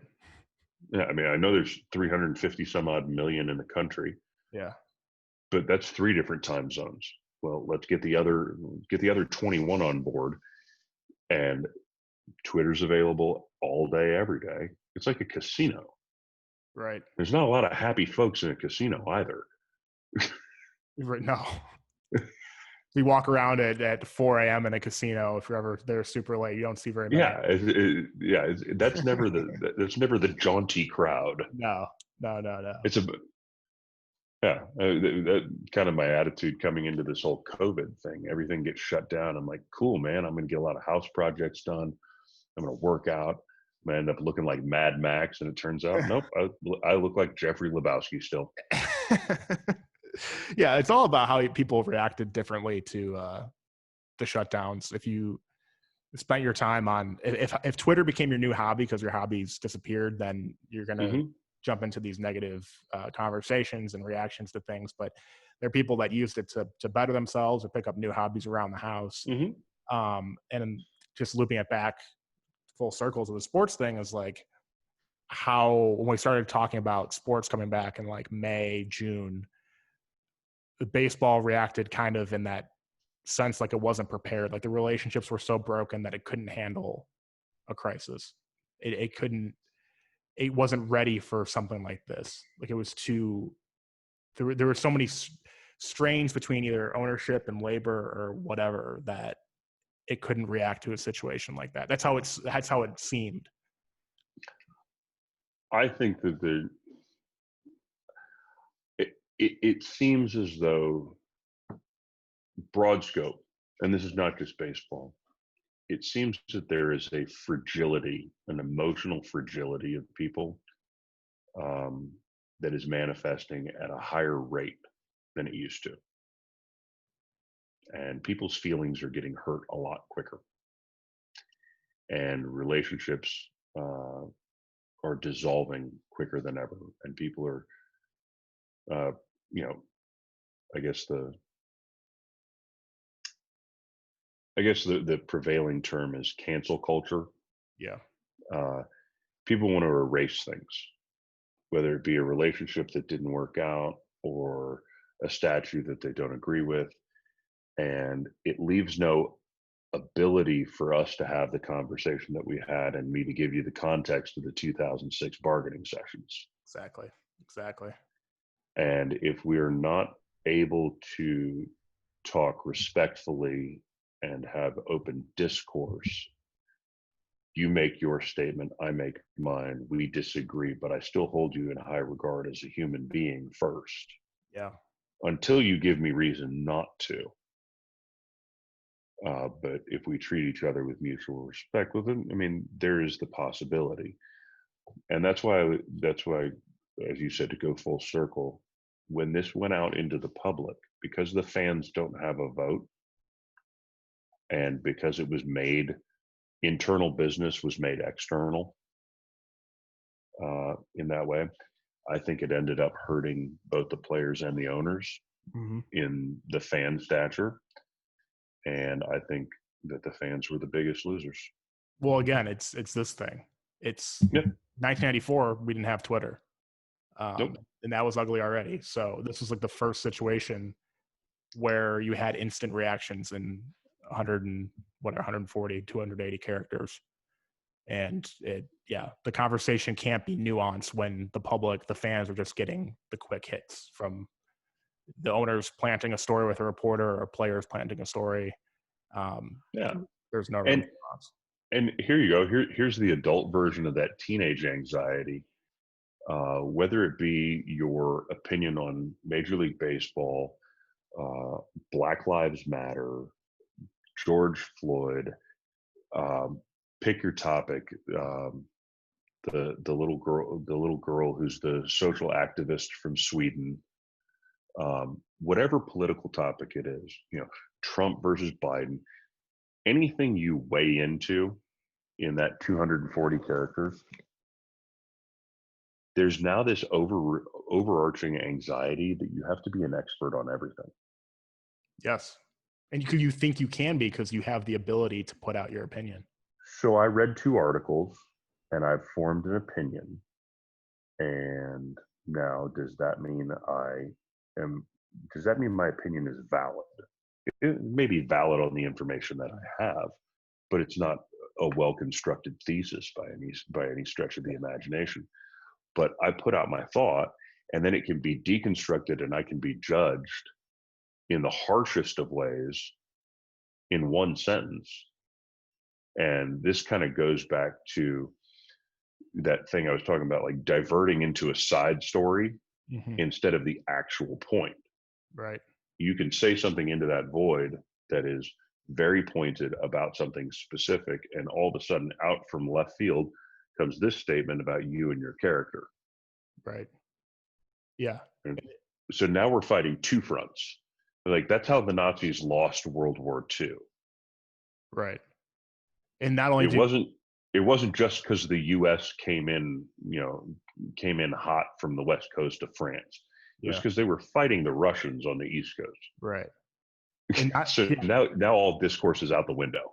Yeah. And not only do people feel like they have to have an opinion, or that they can have an opinion that they can get out to people, all these opinions suddenly carry the same weight. Like, one person's opinion on a COVID-related matter might be viewed as the same as something from a doctor. Like, not everyone's opinion is equal. And that then turns into these side stories that you're talking about. Like, those become as big of headlines as the main issues. And generally those side stories are emotionally charged. Right. So you and I are talking, and you say something about COVID, and let's just, for the sake of example, say you say it's a hoax. Well, now I get offended because I know someone who actually perished from it. Right. And I don't personally know someone who has perished, but I am one step away. Okay. No underlying symptoms, and just contracted and deceased.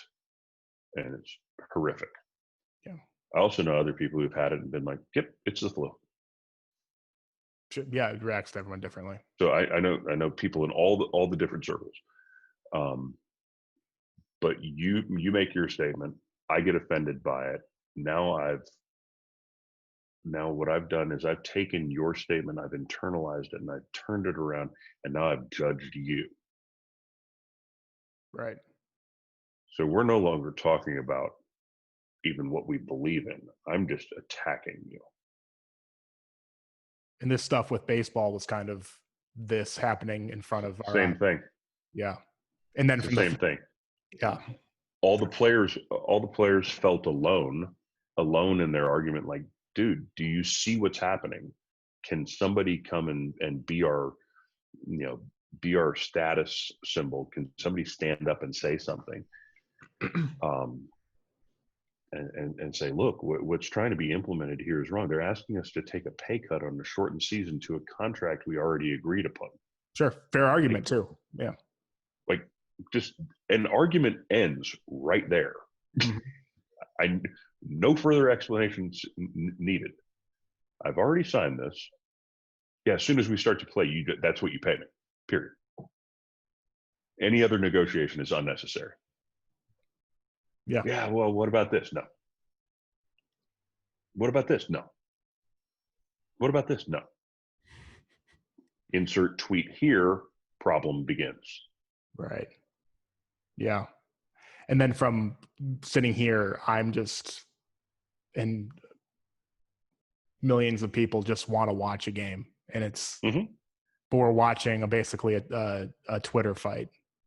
And we talked about Trevor Bauer before, and he did a great job of obviously being on the player's side, but also taking into account that argument of like you're witnessing kind of a slap fight online. Like you kind of understand it from the fans' perspective of like, this is just constant bickering of that fans have to watch because they care about baseball. I every day on Twitter, I followed it every day, and it was always bad news. It was always bad news, but because I care about the sport, I have to check in with the news of the day. And then by the time the season actually starts, excited for it, but there's some kind of air out of the bubble there. Like it's a little less exciting, not because it's short, not because there are no fans in the stands. Those things suck, but the main reason was the build up to it was just frustrating. Right. So I'll change hats for this one. Well, I had to put my business on the first one, but this is directly correlatory. When you're talking about this divide and the air kind of being let out of the tires, Trevor did a really good job of explaining some stuff. There were other things where I thought, like, did you need to go there? But I'm not his dad. I'm not his policeman.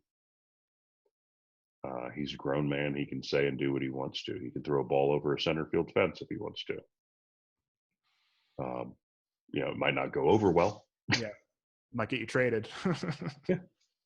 I don't know if that was the defining factor. No. I'm pretty sure it wasn't. But in this, I would say one constant positive that I've seen and I've really enjoyed now as transitioning from player to a coach. It took me years to come to grips with not being a player anymore, because it just the game kind of became my identity for a little bit, even as a very average player. And then I started working around kids and getting involved, and that's what my company does, is promote the sport. Well, it's hard to promote a sport where you can't congregate. And financially, I'm not going to go beating down people's doors, as a 10-year major league veteran trying to drum up business when there's people losing jobs everywhere. Yeah. So I'm on hold. So I become the project master around the house. The one bright spot, I thought, in all of the baseball negotiations is when Korea reopened, and the stuff that Rob Friedman and Pitching Ninja, what he did consistently, he's always looking for something positive.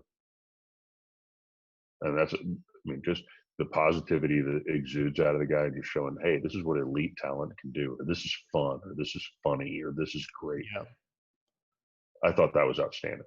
Oh yeah, he's That great. was the closest. That was the closest thing to a really positive Twitter experience of baseball that I found pre-July.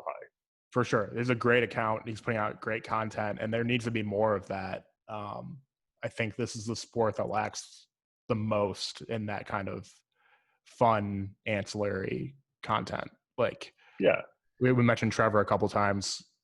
the fact, I don't agree with him all the time, but the fact that he's putting out content and he's doing interviews with other players and he talks about different pitching things on his, I know a friend of mine, his son is, I think 12 or 13 and plays travel baseball, and they watch Trevor's videos all the time on mechanics and different things.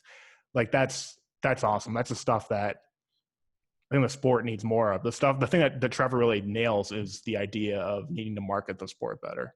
And that's where Rob Manfred should put more of his attention than little minute changes to the rules.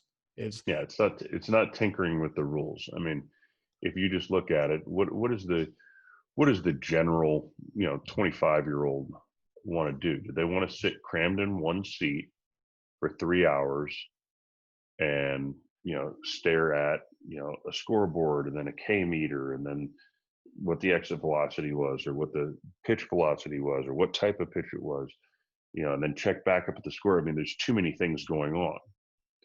Or do they want to be in kind of a communal kind of bar atmosphere, watch it on a big screen, see some highlights, see a player do a bat toss, guy gets a big strikeout, does a chainsaw, that type of stuff. I mean, that's basically, I just described Buffalo Wild Wings. With bat flips, yeah. I mean, or is something interactive? And I think teams are starting to figure out, like, hey, okay, how do we take some open space? I think San Diego, when they built Petco Park, was the first. They canceled out the visitors' bullpen to make that open area in center field. Yeah, and that's why it's down the right field line at the worst possible angle. Because literally, I'd be staring straight at the scoreboard, and home plate is that way. So I got to watch the game like this for 7 innings. But they were the first ones that I saw, kind of seeing that, hey, this communal spirit, this kind of there's going to be something to market over there. Yeah, and everyone, the players can individually do some stuff too. But yeah, they can, and I think should. Too many of them are kind of boring online because I think they feel like they need to be tight-lipped, but they should, and the league should too. And the bat flip thing has almost become cliche. Like all fans, for the most part, love bat flips and pitcher celebrations, and now I think people are coming around to that. Like they did the Let the Kids Play campaign last year during the postseason, narrated by Ken Griffey Jr., but I remember around 15 years ago, Carlos Zambrano was kind of in his own camp with the pitcher. So like he was the only one I could remember seeing routinely pumping his fist. And I thought it was the coolest thing ever. But it was also kind of frowned upon, like this guy's too animated. He's too emotional.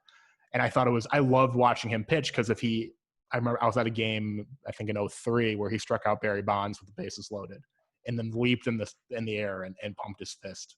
And it could have started a little brawl or some chirping going on, but it was the coolest thing to have that emotion in the game. And I think more of that should be embraced as part of it. I agree. Those unwritten rules that are always talked about. There's a respect and a disrespect factor that goes into it. So I'm going to kind of carefully link these and the hitter twitting or hitting Twitter war or the pitching Twitter wars that go on. When you're talking about the old school, there's this desire for respect the game. Like what does that really mean? It should mean play hard. It should mean like never take a play off. It should mean that the name on the front is more important than the name on the back. But there's room for personal expression. Yeah, it shows you care. And I think there's times, that you see, like here's a great guy. Very few people, good luck finding somebody to say something bad about John Smoltz. Okay. Who was the pitcher from the Dodgers? He was Valdez is wrong, but Perez, when he'd throw pitch, strike a guy out, he'd do this like crazy thing, and show that he was the coolest guy. Mm-hmm. And it just kind of showed the guy up. So the next inning, Smoltz walks out there. He ends up striking somebody out and does it back playfully. I mean, Smoltz is hilarious. And so it was just kind of just resetting, like, hey, you're a little bit out of control. Just, pump the brakes a little bit. Sure. If it's a big strikeout, Jabba Chamberlain, when he first came up, and everything was a party. Every strikeout was the seventh game of the World Series. And it's like, okay, we get it. There's rookie excitement. Mm-hmm. Pump the brakes, and let's take it down a notch to, hey, if it's a big moment and you go deep, yeah, toss the bat. I don't mind them staring at it too. Stare at it. Yeah. I don't care. Hardest ball ever hit off of me was by Raul Ibanez.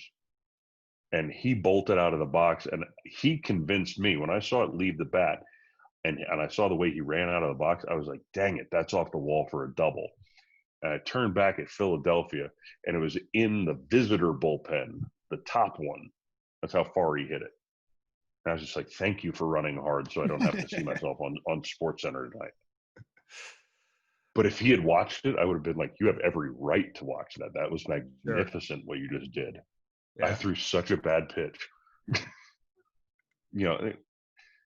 There's different ways to express it. I mean, whether guys pimp the home run or pimp the strikeout or whatever, the new fashionable thing for the pitchers is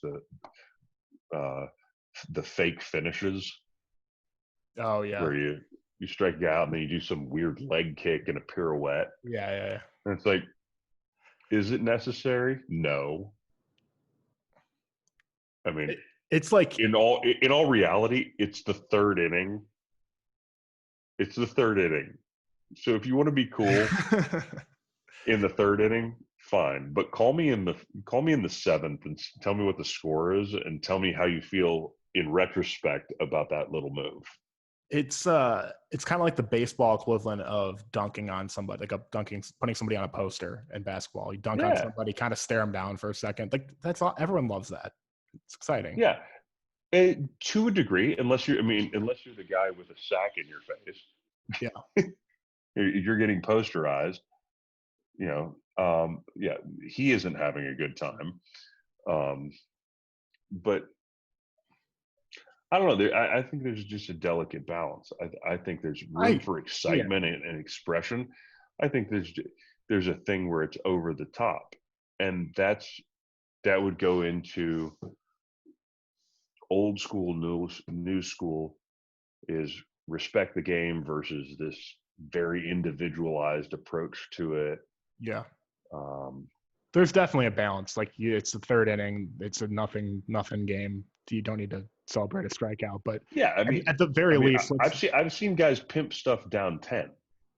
Yeah, right. That just makes it look silly. Like that. I mean, here you go. Case in point. 2010, I get traded to the Marlins. Niger Morgan goes off the rails for a week, and has his week to remember.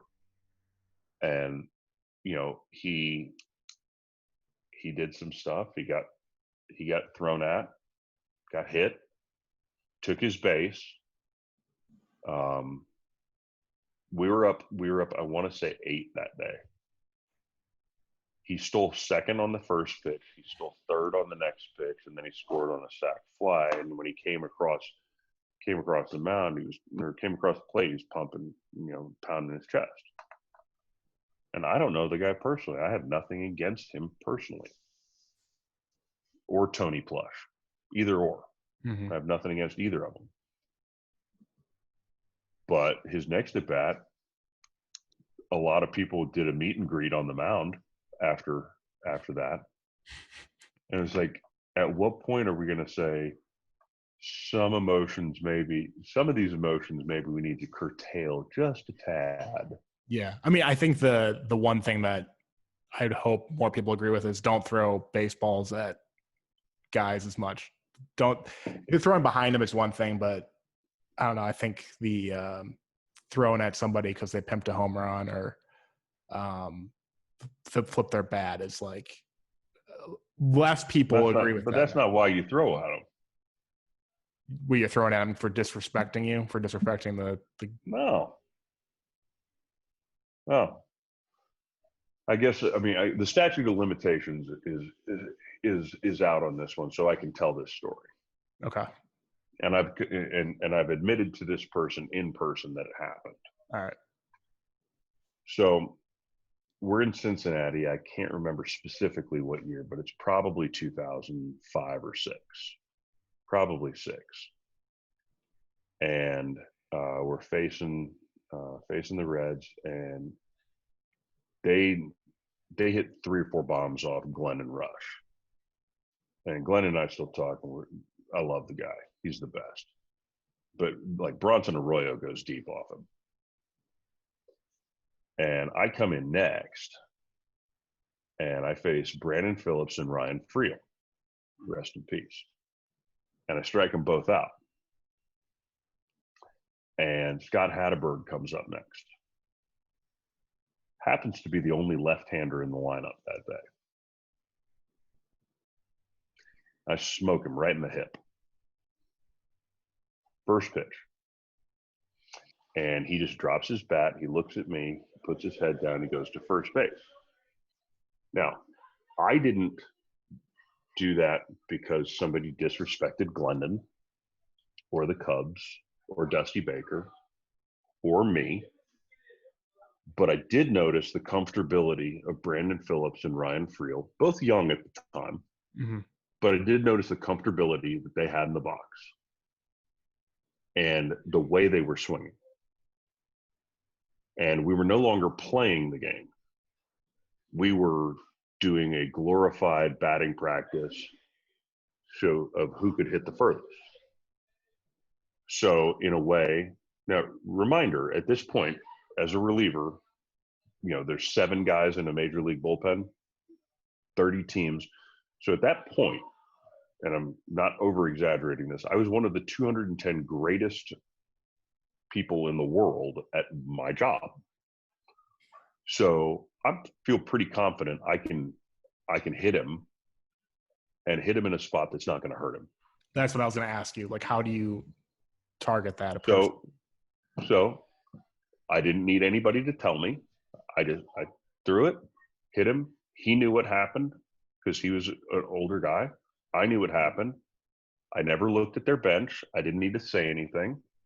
Just got the ball back, went back about my business. And all I was doing was say, hey, quick reminder, this is not batting practice. I'm just going to reset the table here. And anyone who wants to keep swinging for the fences, fine. That's your business. I'll take the strikeouts. They'll pad my stats. But don't get comfortable in there.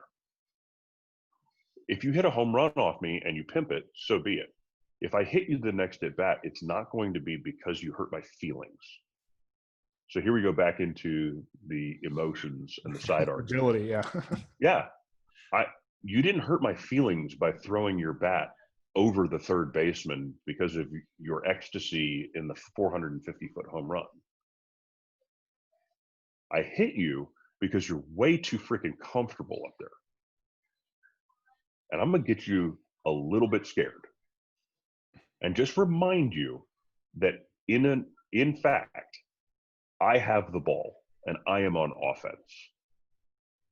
You have a bat and you're on defense and you have to react to what I'm doing with this. So if you start to lean out over the plate, I'm going to reset that advantage real quick. Did anything happen after that? No. Hatteberg just went to first? 0 things. And I only got 1 guy in the minor leagues. Now, I mean, granted, the situations I came in most of the time, that wasn't the time to go start headhunting. Yeah. But I mean, look, if you're supposedly a reliever or a big league pitcher, 13 times 30, okay, you're one of those 13 guys, you should be able, 390 pitchers, you should be able to hit somebody with relative ease and do it in a way that's not going to hurt them. That's a really good point, because I think a lot of people just look at it like you could end this guy's career if you miss. But if you are throwing at somebody, you're probably, you're aiming for what? You hit him in the hip, the back, like whatever. I could throw at somebody with a slider. Sure. I can throw at somebody. I can throw at a right-handed hitter with a slider, with the intention of having it bounce directly between his legs, so that he has to jump, move his feet, maybe fall down to the ground. Now that may not okay. Here's a Greg Maddux thing. You never want to throw the 0-2 purpose pitch in the dirt. Why would I want to go to 1-2? I want to put the guy away. But I'm going to play in my own spreadsheet that I'm working with here. I'm going to play the averages and say, okay, look, if I throw this pitch and I throw it perfectly, this is my K pitch.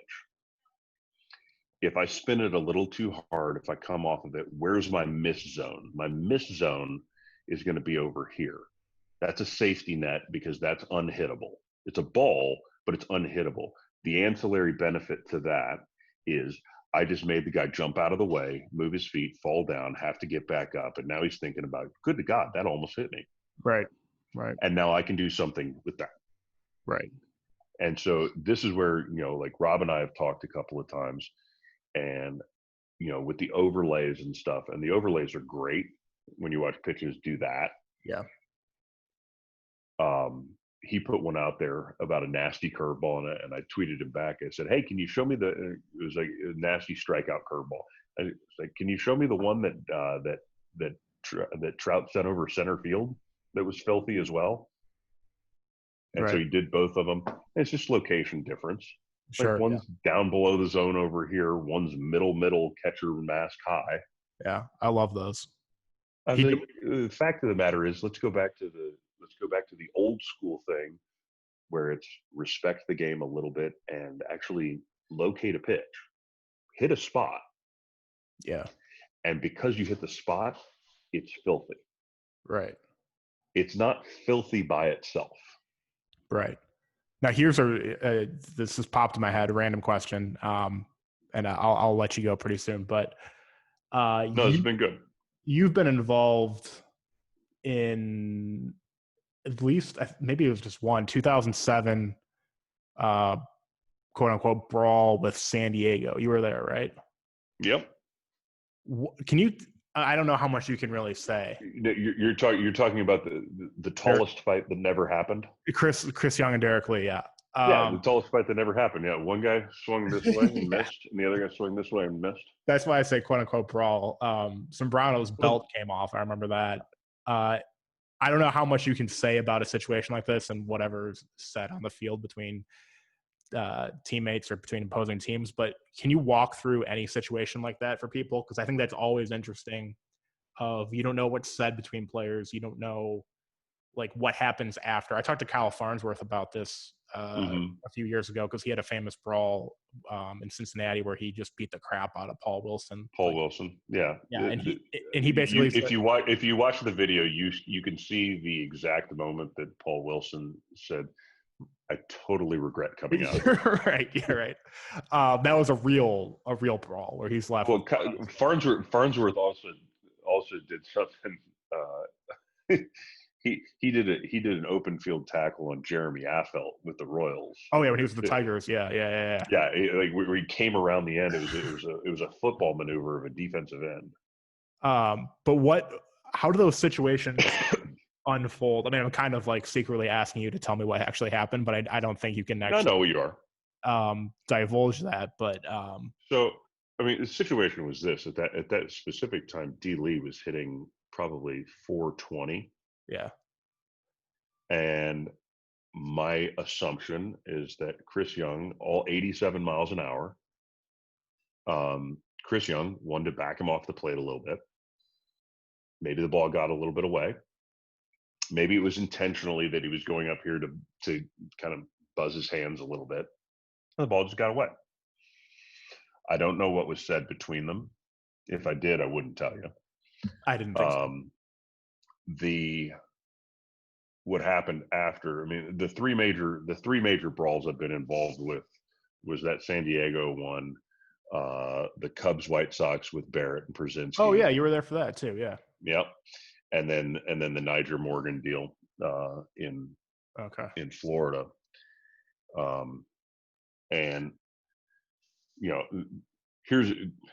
there are some consistencies.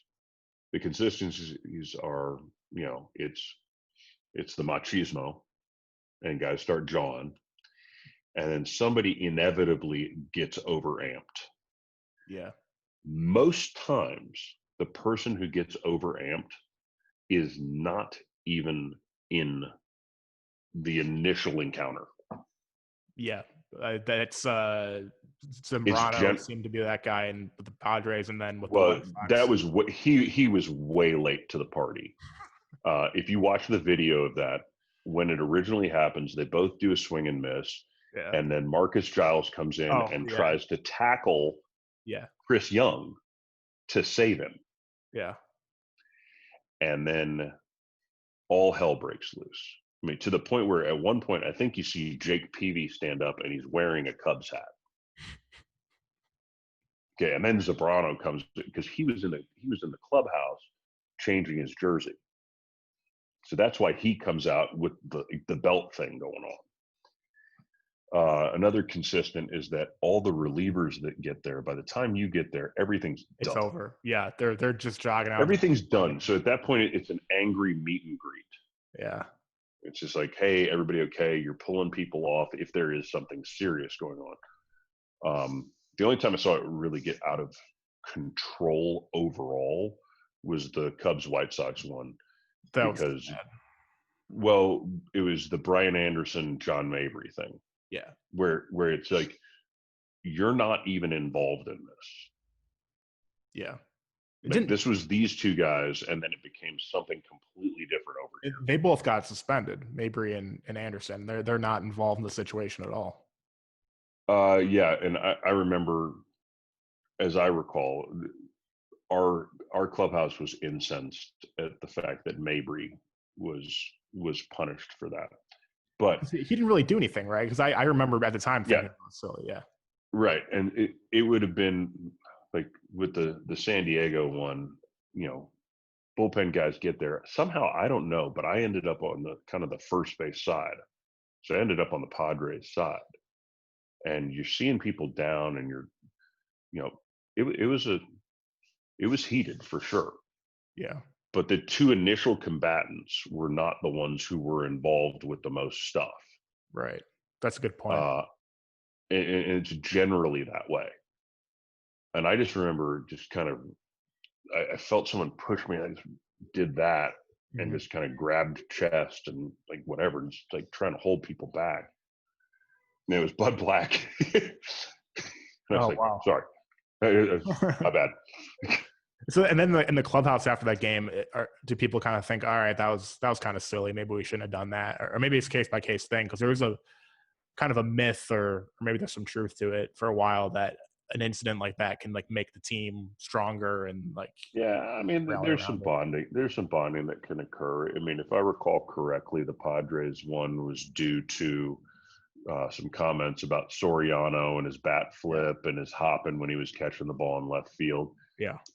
Neither of which had any determination on whether a team won or lost a game. Right. Once again, it's the somebody's feelings got hurt. Yeah. And then somebody popped off and made it public. And now it's a story. And now we're going to add that story that's pre-existing to a current scenario. And it's the same BS. Yeah. Yeah, it was Peavy or David Wells or somebody said something about. Somebody said something. Yeah. Respect the game, that type of thing. Yeah. I mean, it just goes round and round. They're going to be having this conversation in 100 years.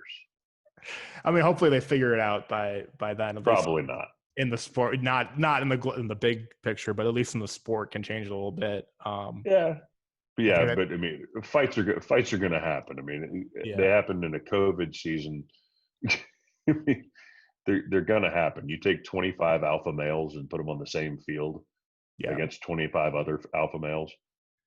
I like the reaction. Somebody's gonna get stupid at some point. Right. The reaction after the Oakland Houston one last week was a lot of people said, well, this isn't good for social distancing. It's like, well, there's a lot of other problems with it too. Like, I wouldn't just worry about the spread of COVID. I want somebody like Jason LaRue had his career essentially end from a brawl. Like, a lot worse things can happen. Yeah. I've been on the bottom of one pile. I'll never request that location again. Of course not. It sounds like cattle are driving over you. You lose all sense of space and time. I mean, it just happens. I mean, fights happen in every sport. Yeah, I think it's happening. It seems like it's happening less, but maybe that's just in my head. I don't know. It's happening less, and what ends up happening, there's less on-field fighting, and there's more kind of, I don't mean to be demeaning to teenage girls because I have one, but it's kind of like teenage girl behavior where they go talk crap about you behind your back. Right, just like like you're making nasty comment on Twitter. Like, right, just say something to the person. Yeah, right. No, that's totally true. Yeah.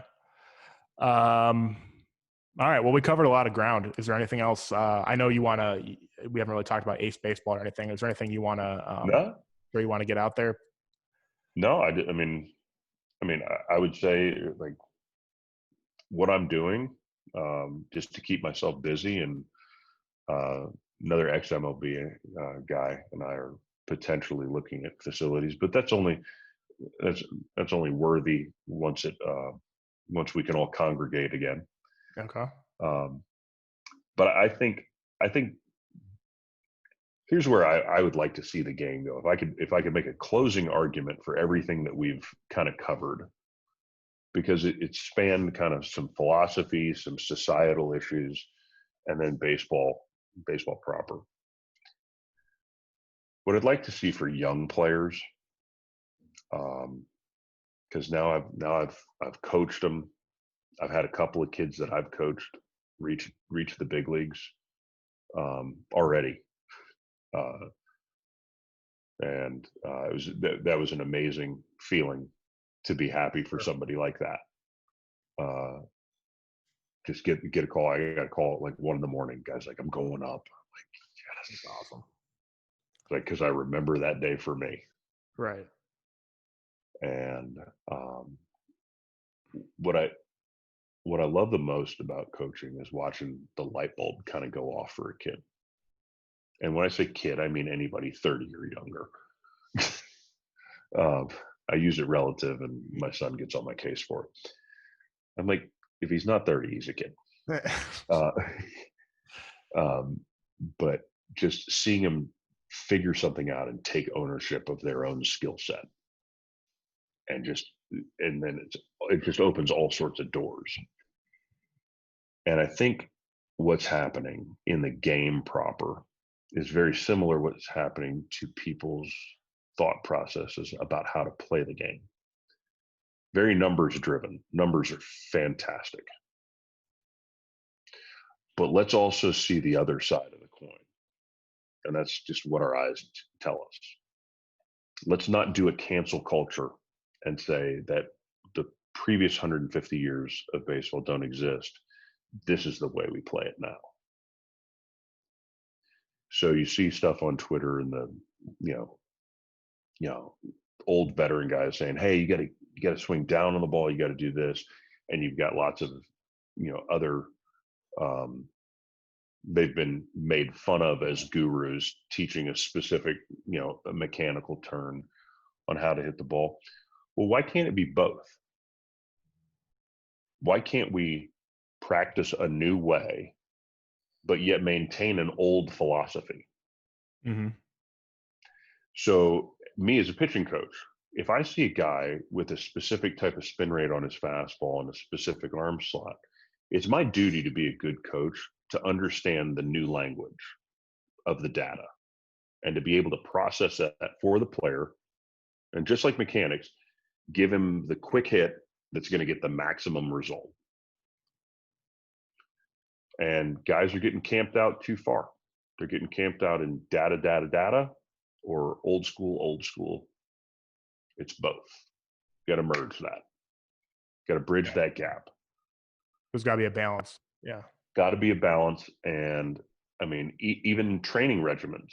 I mean, you see some guys that are doing weighted balls, looking for that extra mile per hour when they're already throwing 98. Like I teach weighted balls too, but I teach them for your arms, for your shoulder safety and health. Velocity is a byproduct. If you throw 98 and you're not getting anybody out, it's not because you don't throw hard enough. It's because you're putting it in bad locations. Right. Yeah, if you're putting it in bad locations at 101, it's not. Yeah, I mean, if you give me an A-ball pitcher who throws 105 and has a 5 ERA, I can tell you why he's there. It's because he can't hit the zone. Right. Yeah, that's why the evolutions being natural in the game are so important, because right. If you're just obsessed with like the launch angle is the big thing the last 3 or 4 years, when you have a guy who, like, I'm blanking on an example right now, but who makes a tweak to his swing and then hits 20 home runs, and you think maybe like a young guy will think, okay, that's the way I need to adapt, is to just focus on that one part of my game. Maybe I'll be a true 2 or 3 outcome player, but I might be a 25 home run hitter when, like, I've been focused on a completely different skill set to this point. I mean, I've talked to 40 home run guys from the early 2000s, and he's like, "Look, I'm going to get 500 at bats this season. That means the maximum number of strikes I'm going to see is 1,500. I only have to take 40 perfect swings." Yeah. That's my job. Right. Take 40 perfect swings. Okay, so that's a true outcome approach. But then you add a true outcome approach with an in-game knowledge of the situation, and where the wind is, what state you're playing in, what the field conditions are, who's pitching, how many outs, what's the score, all that stuff, and you factor it in. You put game knowledge on it. Now you're doing a blended approach. Mm-hmm. Societally, if we were to stand and just say, okay, you're a human being who has a blended approach, instead of judging you, we're going to have a talk. Yeah. We might get somewhere. Right. And that's where the nuance is so hard to find. If we're just doing it on Twitter or something, like, it's impossible to have these kinds of conversations, have that kind of approach. Pizza is the ultimate diet food. No, it's salad. Why don't we have both in limited quantities? Absolutely. All right, well, this has been fantastic. Is there anything else? People can find you on Twitter at Will Ohman, right? Yeah, I think it's at the Will Ohman or something like that. Not to be confused with all the other ones out there. I threw it in ironically. No, yeah, hit me up. You got a question about baseball, whatever. I got opinions for days.